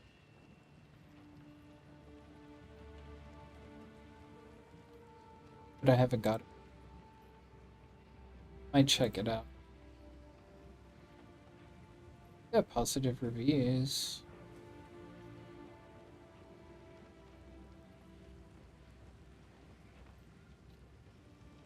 There's only the main story that's remotely interesting with it. The rest is bad writing, visual game pro. I don't really feelings about it. I usually just go for the comments to see if like there's any like crashing or shit that won't play on certain computers. Lots of bugs or broken games or some shit about the story. I would rather decide game is good or the story is good. Fuck, I don't. Whoa, did I miss so much shit over there? Oh wow, wait a minute. Fuck. Where did I?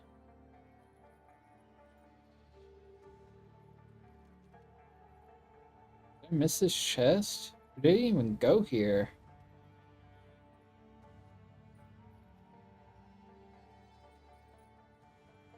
Abyss.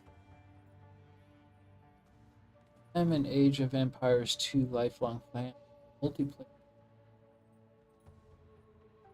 Adrenaline are few and far between. Path of Exile. Rush. Giving you a rush effect lately. No, not really. I just I don't think I've played a game that I was like super excited to play. Ah, yes. The horn of the Vesti. Move swiftly. I don't know. I haven't played a game that I just like super fucking enjoyed in a long time. Not a single player game, not a multiplayer. But I do get the fun from playing, even if the game is like not that great or I'm not having fun.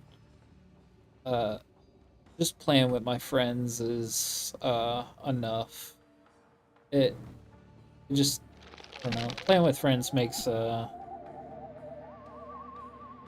gosh, what that notification was.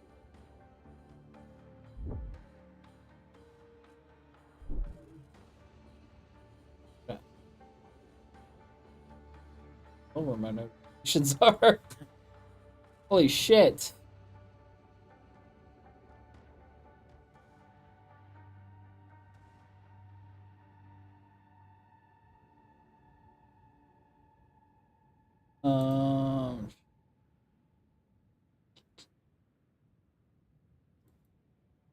Follow. You ever play Heroes? 3 or 5? Fuck. Heroes of Might. I think so.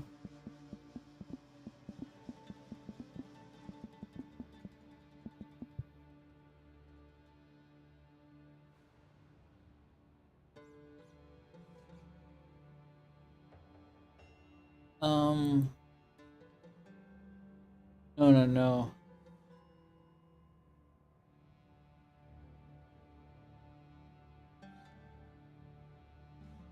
No, that's super old. What is that? Is that for like old Macintosh? How old is that game?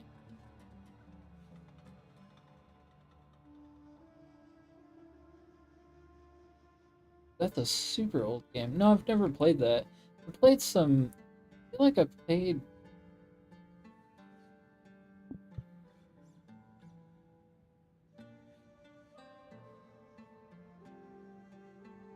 But it was like maybe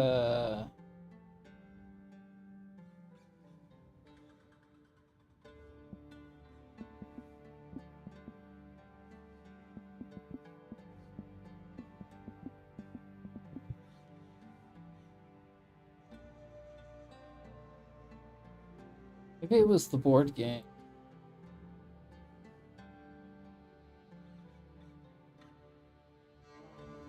Yeah, I think I played the board game because I remember that name, but I don't remember ever playing. I don't remember ever playing that.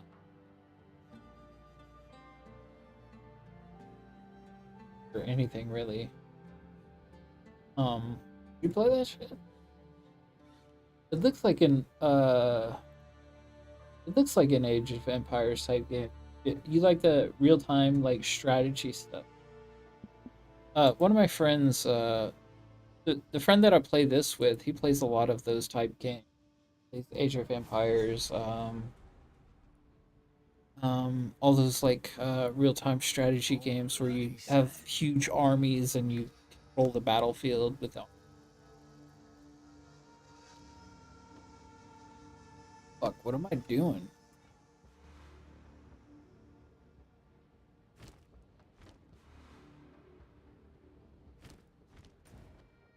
Out. Out, dog. My.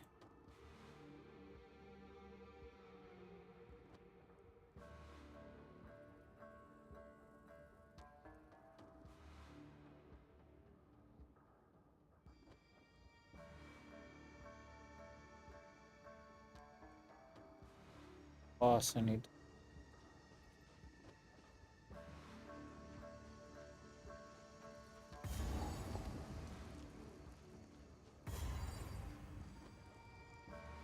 You played some pretty old games. How old are you? If you don't mind me. Here it comes!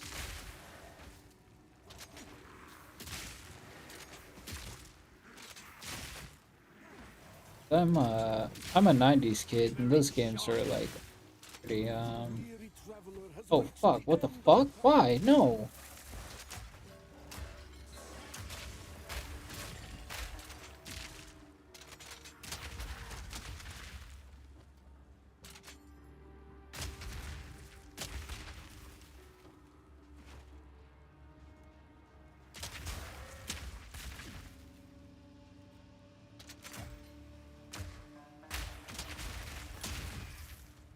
What's that? I keep thinking these fucking green things are weapon drop. Pablo. I'm not getting anything good at all.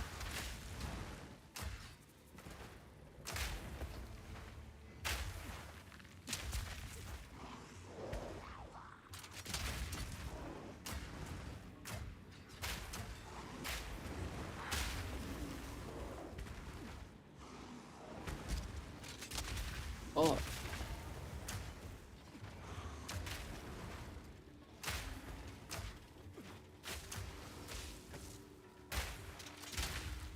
Jesus. Fuckers. Carcass. Pick up a carcass.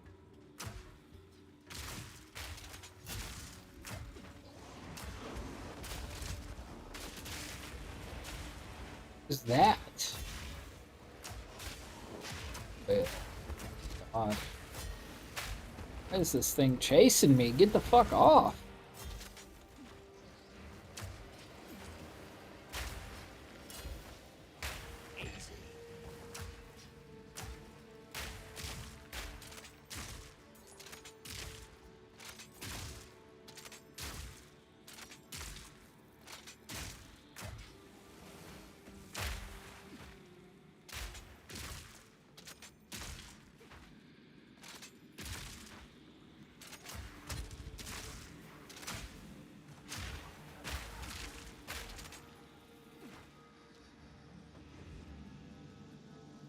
Do it.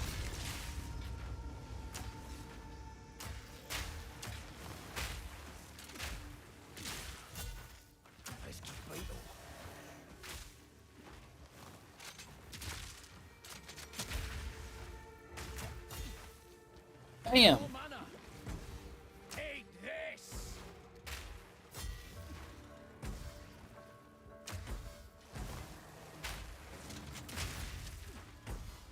No mana!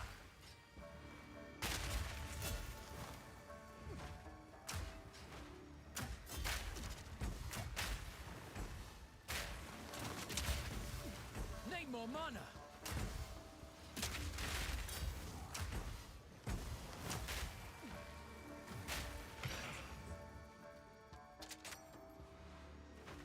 Got his ass. Got his ass. Picking up, man.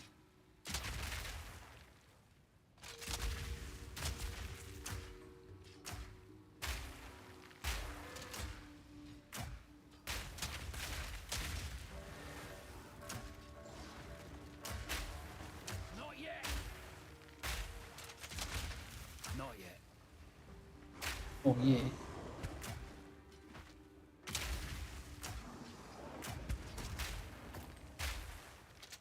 Need a sec.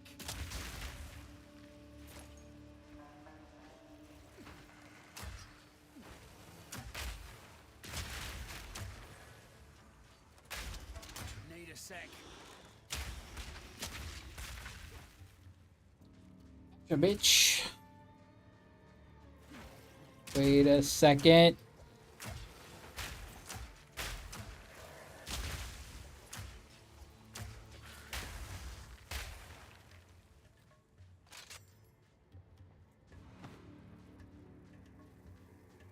attack is so fucking slow, but it detonates fucking.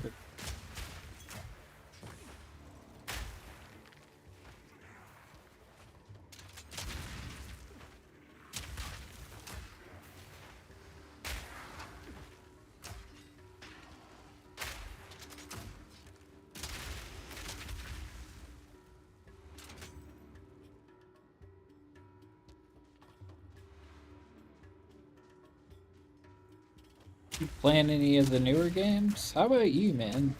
Or you playing any games that are just like blowing you away, fun-wise or whatever?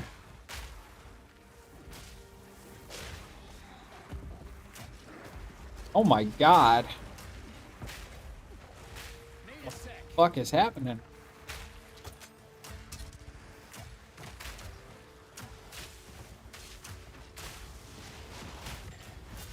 Fucking Titans?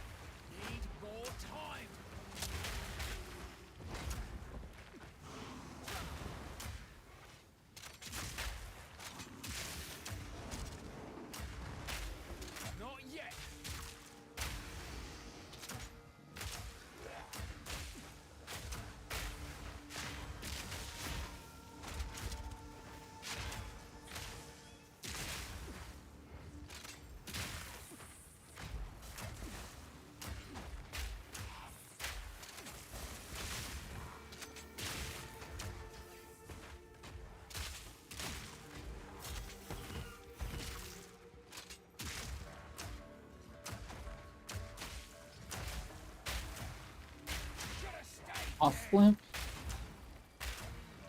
Not yet. Need a sec. My god. All in a day's work. All in a day. All in a day. HMM3 is a turn-based PC game, very much a cult following on Netflix. What about the... No. I didn't play a lot of Star Wars games. I played one, I think, on Super Nintendo. Then I played the MMO for a little bit. Then I played what was that one? It was like a big, like, sort of, not like a battle royale, but like it was a big player versus player game.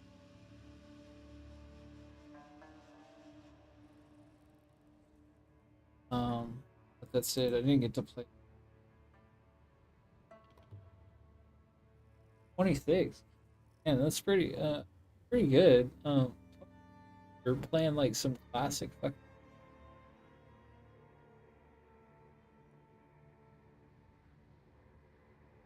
Simply, I enjoy Hearthstone Battlegrounds solo duo. Oh man, I love Hearthstone. I play it sometimes. I used to play the fuck out of it. A few years ago, but then I kind of stopped playing it for a while.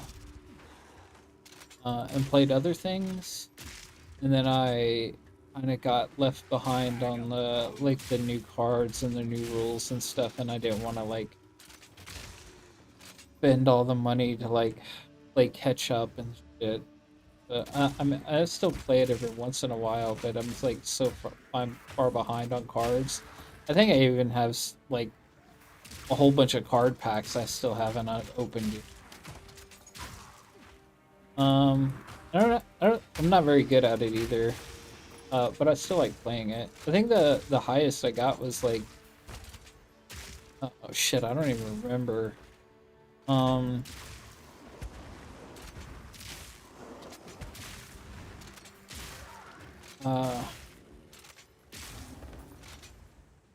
don't even remember how the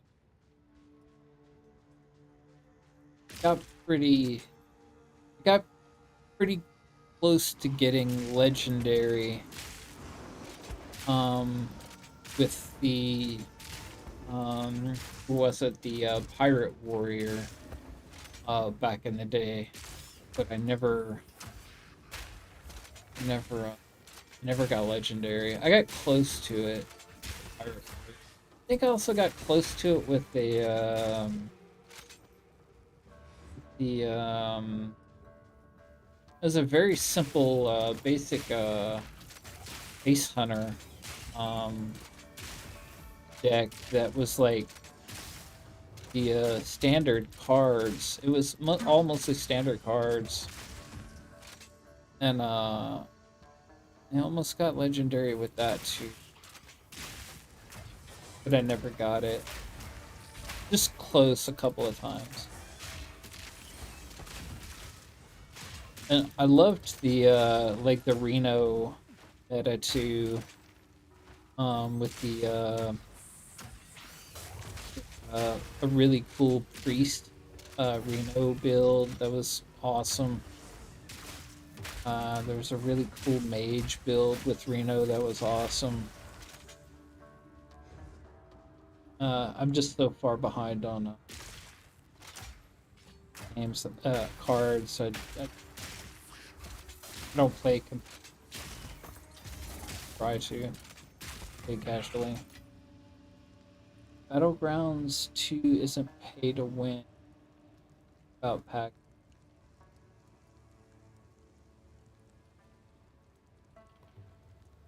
Oh yeah, I play that sometimes. I'm just terrible at it. That's the one where you like you're against a whole bunch of different people and you gotta like draft cards after every battle or something.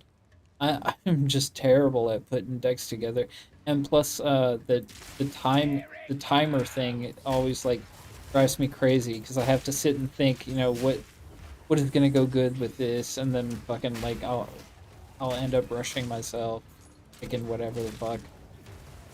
Sometimes I just feel like I get like horrible luck of drafts. Bunch of snakes.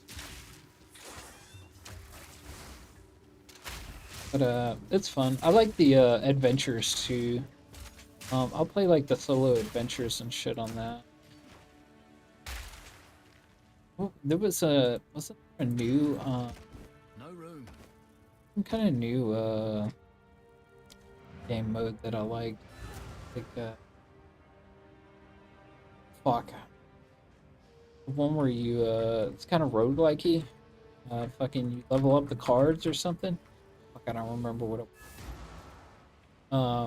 there's like a mailbox and you can train your heroes or something. Fuck, I don't remember. You know what I'm talking about.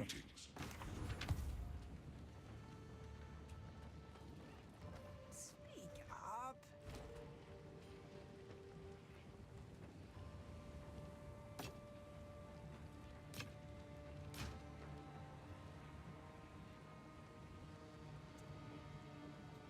Rarity items found.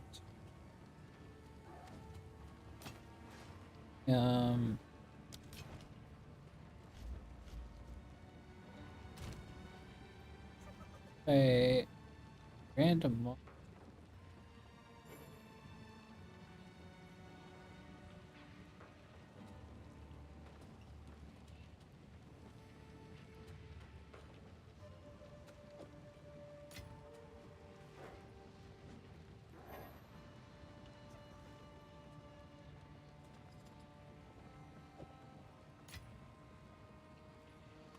Here's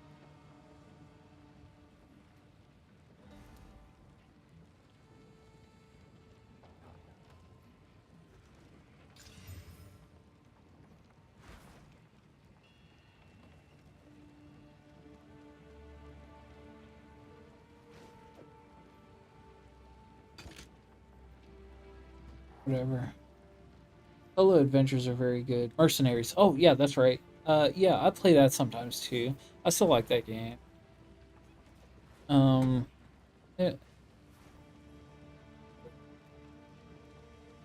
think I was trying to like level up some Murloc shit the last time I played. I haven't updated my game. Oh, my controller. What the fuck? Where's my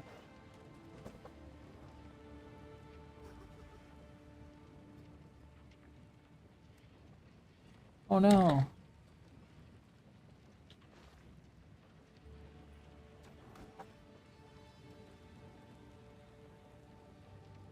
Expensive. Like,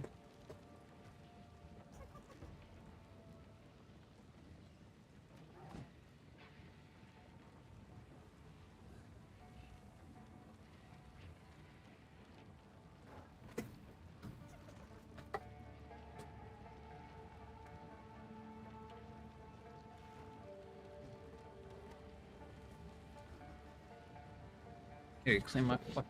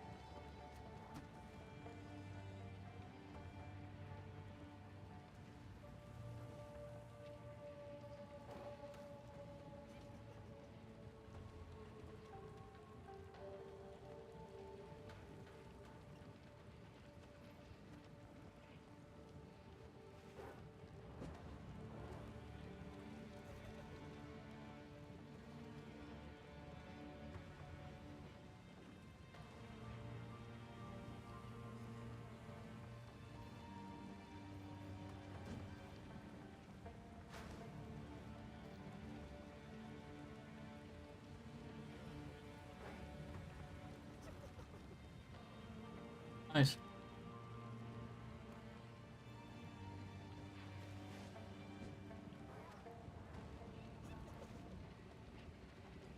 New Zealand's fucking awesome.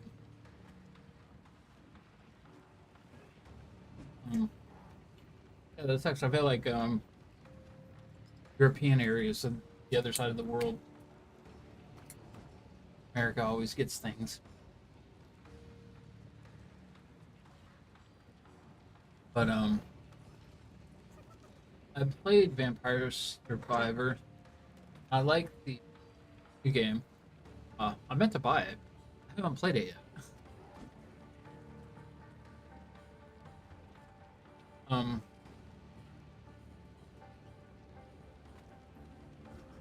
I've been meaning to. Play so many fucking games.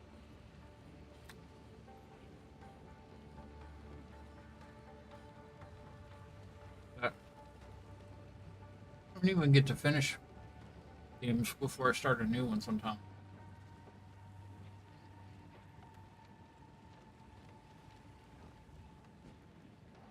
It's pretty stupid. I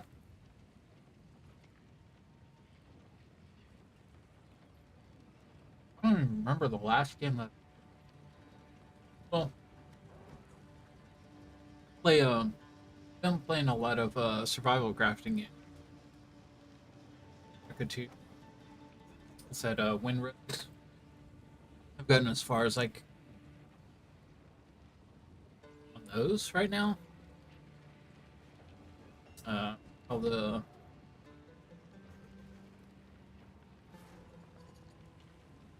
I beat. Yeah. Next matches.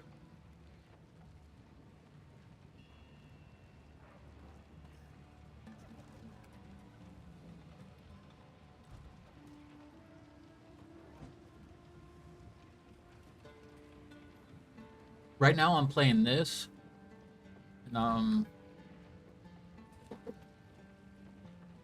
a game called Far Far West. Kind of like a roguelike game.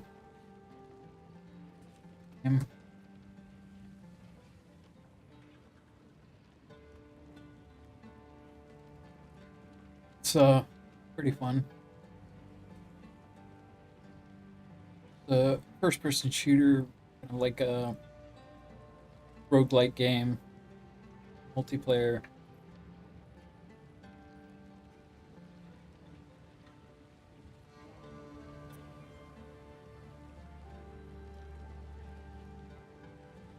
It's got overwhelmingly positive fucking reviews, so. And I think I've seen a lot of ads on it, so I was like, fuck it, I'll try it out. I've only played a couple hours so far, but pretty good. I'm gonna get a friend of mine to play it with me.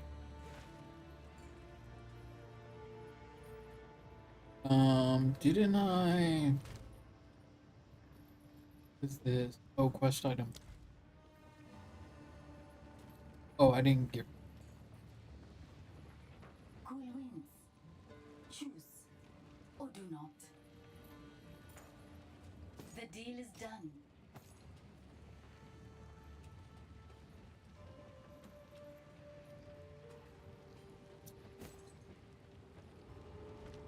Farewell. Farewell to you. How about you? Did you like the vampire game? I think I already played one that was like it anyways.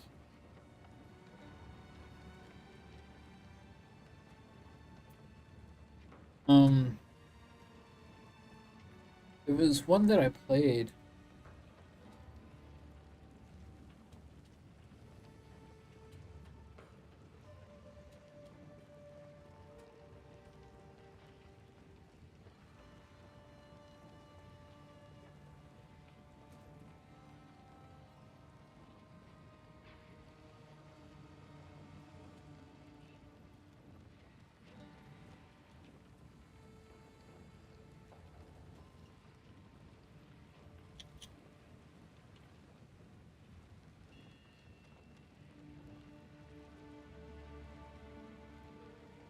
All of these like non-horror games are.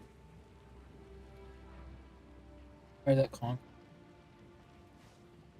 Party here.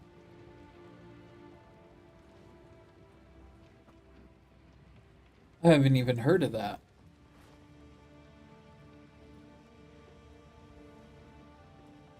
Where the fuck is it?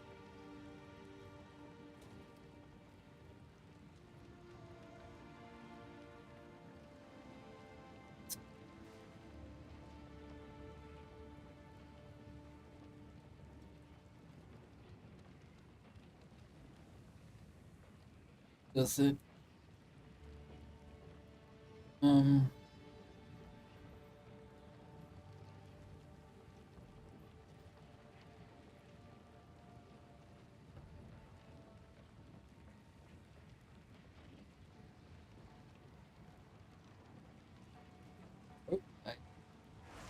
Like a 3D roguelike.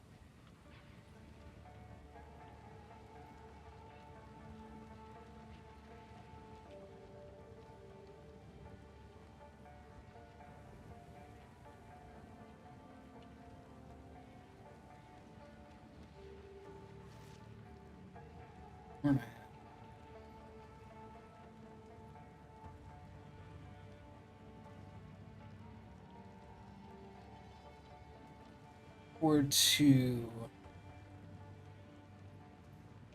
I don't remember what that game. Concord.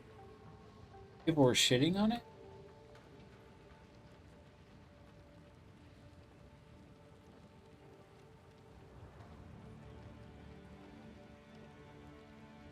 It's not on Steam, huh?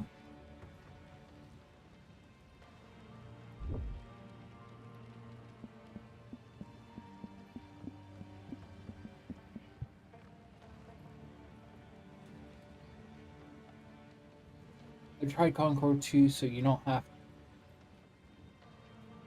Everybody's calling.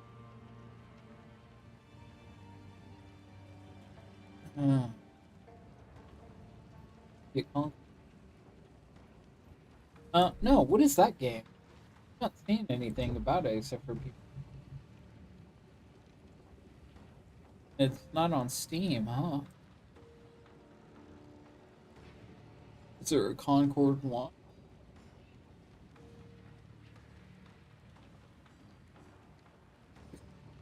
Let's see it on Steam.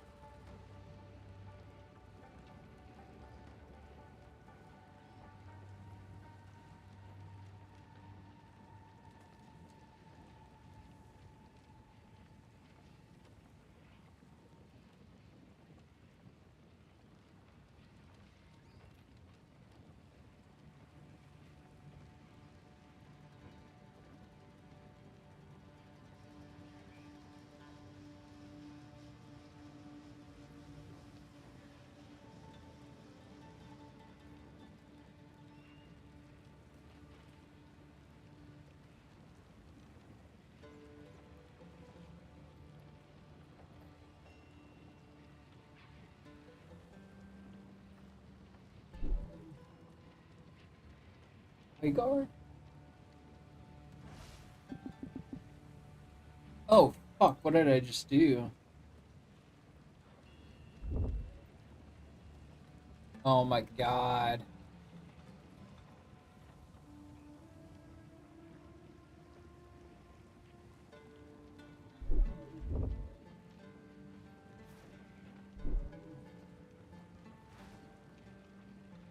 What's happening right now?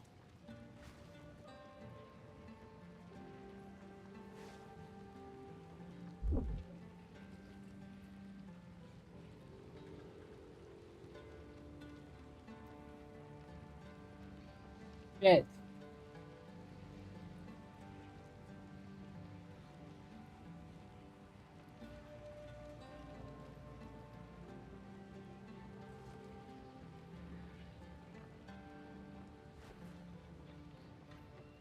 On my windows.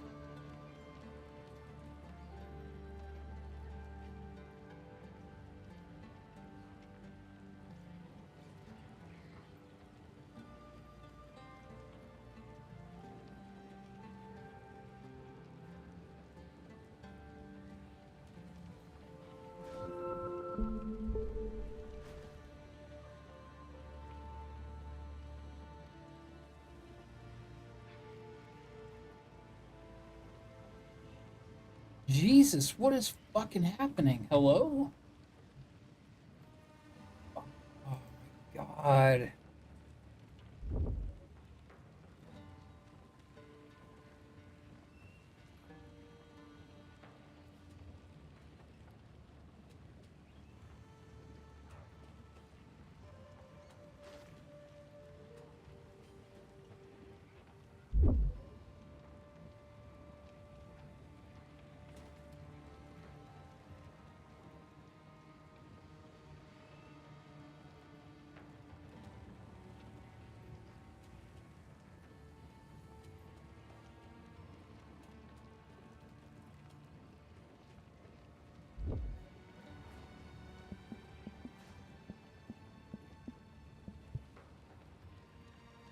Isn't that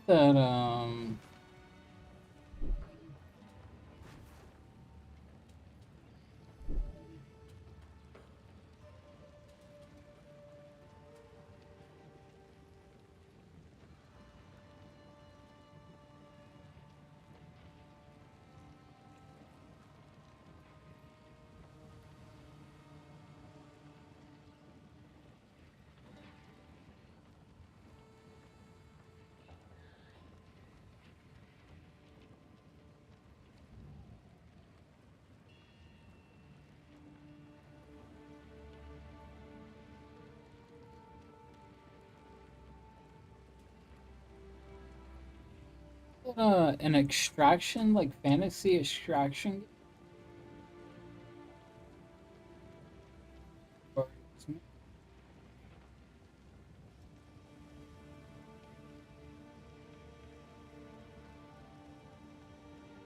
judged it rightly?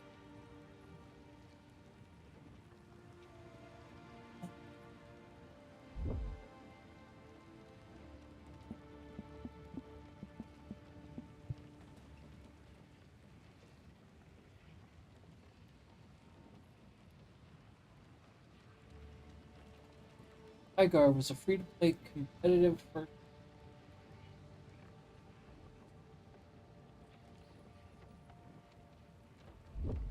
Oh, you must be talking about.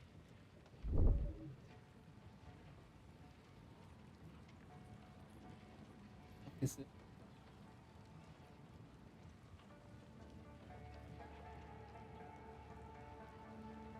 Oh, 007. Damn. Long ass advertisements. Holy shit.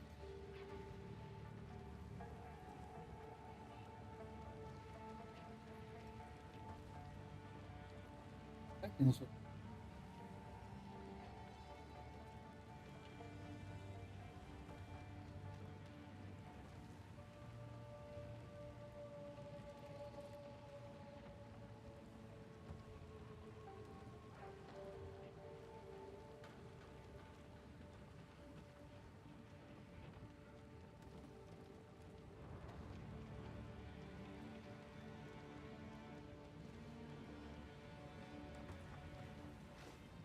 Looks interesting. It just reminds me of that one game that came out I don't feel like any of these games ever work.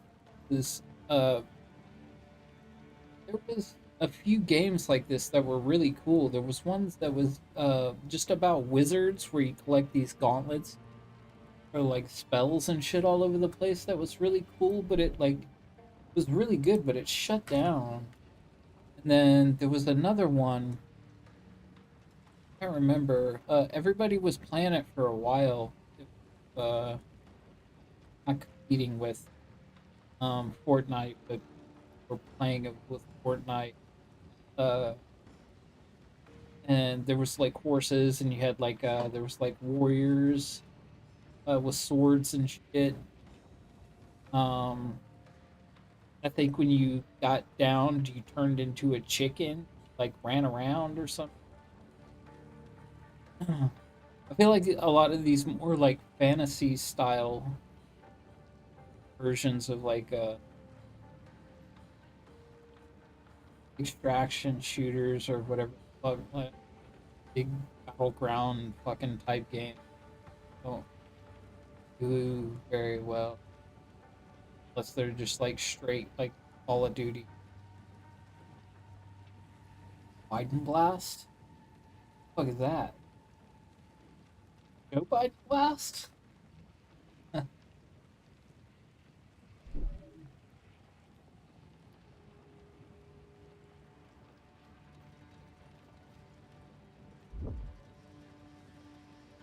Like a horror. Yeah.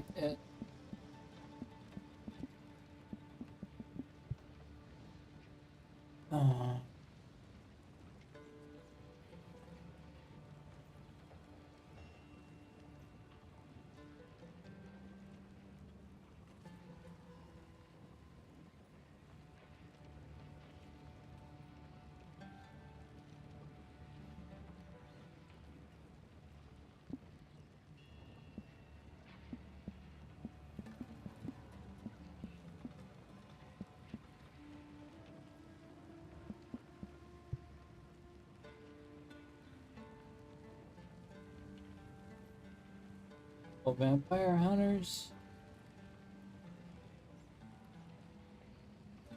What if Doom and Vampire Survivors had a chaotic low poly bait launcher? So let's get is Oh yeah, that's what it was. Vampire hunters.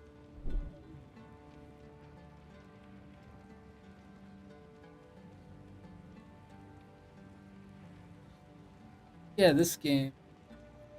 This reminds me of that new Vampire Survivor. But this was more more like the Vampire Survivors, but it was shit. And there's like a other play style that plays more like the linear thing. A wizard game where the game waste mic hell out loud. Wait, what? Is that a VR game or something? Is that even on Steam?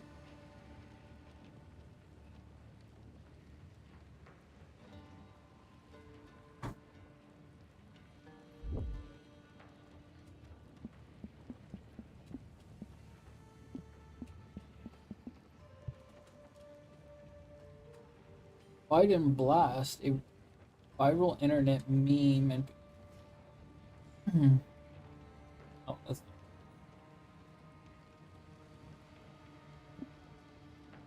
it's a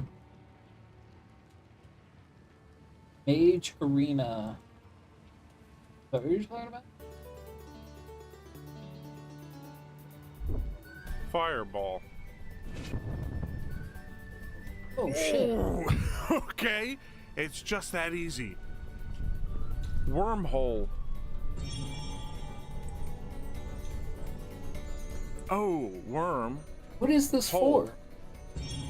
Oh, that's pretty cool. Okay. Magic missile.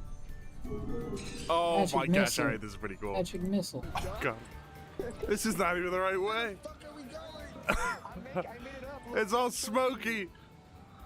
Oh, I Stop think I've heard of casting this fireballs. actually. Majorina was the game. Oh fuck! I think I've heard of this, but it was a while back. Oh, I didn't mean to do that. I can't see. I just traded a gnome my torch. I can't see anything. The one-time use, I gotcha. No, it'll recharge. He killed himself with it. All right, I'll take that. Sounds like we need some fireballs. Dark blast.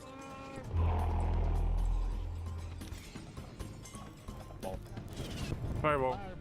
Magic missile. Magic missile.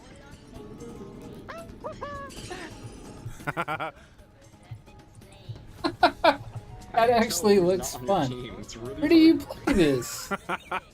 You just hope for the best. Oh, seriously?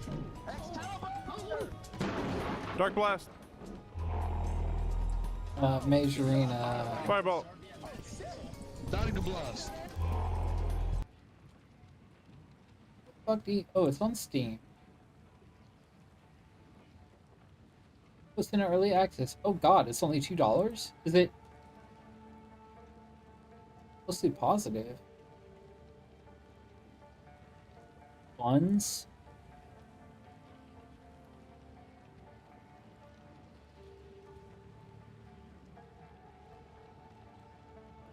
What is this for? Not a single big...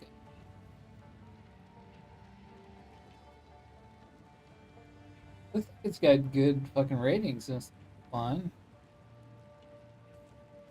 But, probably dead, isn't it?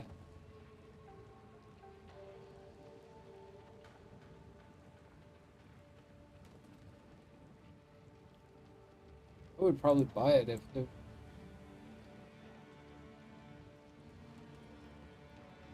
Sounds fun, though.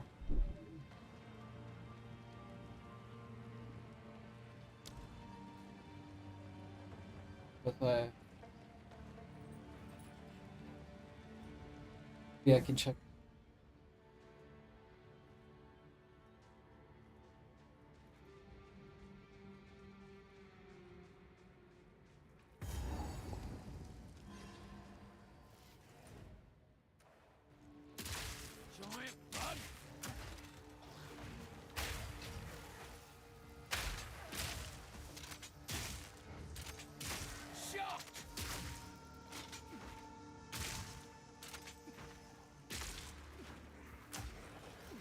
What is with this fucking thing?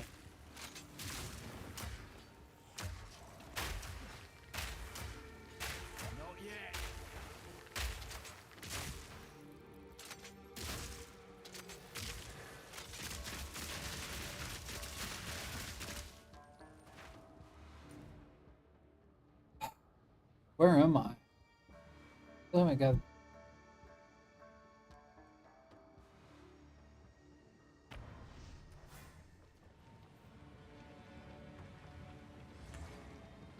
Oh, I got my ass kicked. That's right. I didn't have enough. Blah blah.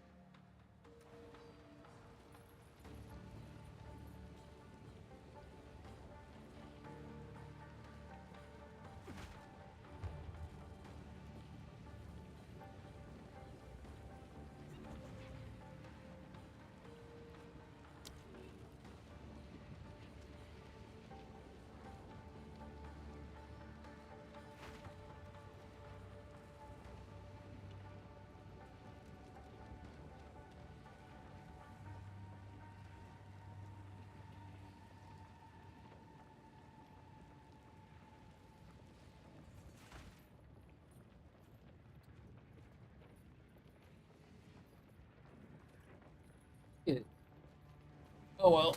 Well, I think I'm getting off here anyways. By the way, latest Stark. What?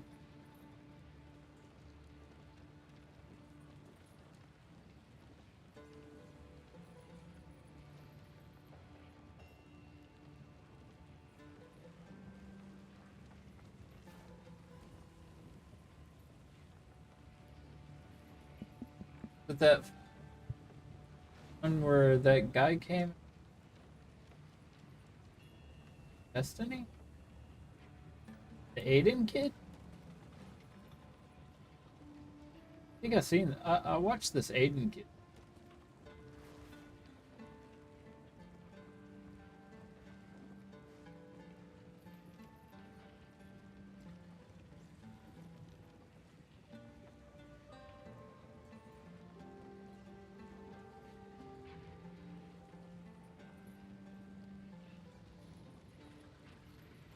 Peripheral community around me, and like the idea that somehow... I've never expected you to. I don't expect you to do that, right? Sure, but like, there's no way that this can be listed as an example of me like abusing somebody or chasing. Like, This fucking guy. I don't know what the fuck else I've seen this shit.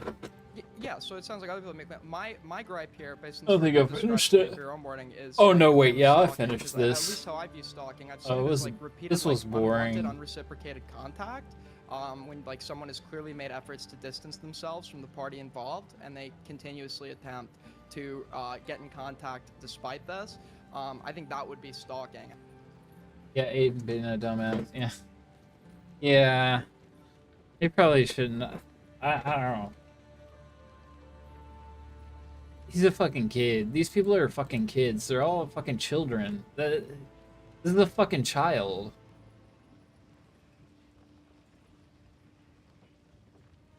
I feel like if I was in the situation, I would completely... Like, I wouldn't talk to him. I wouldn't talk about him. Any creep. I know he's kind of gotta defend all this bullshit, but yeah, like a army of motherfuckers. Aiden sweeping for logs. Oh yeah, did he? Dude, these logs are fucking. Those are wild. I'm surprised. Like his goddamn Discord is still active. Nobody reported that shit, or not enough people reported that shit, or something. This fuck, dude. That's, I mean, fuck. I feel that would be something to report, a good reason to fucking report that fucking Discord. I don't care enough to do it myself. Like, I think I'm in that Discord, but I don't ever use it. I just fucking like look at it every once in a while and kind of look at the updates of what's going on in there and shit, going on with politics and stuff. A lot of those political people. It's just not. I don't engage in anybody's fucking Discord, really. Can't do that here. What have you learned? But goddamn, that shit is fucking wild. I can't believe. Why would you even say any of that shit that he's? I would never fucking. People have like logs, like people get his shit like shut down. And that would be his own goddamn fault. That's fucking crazy.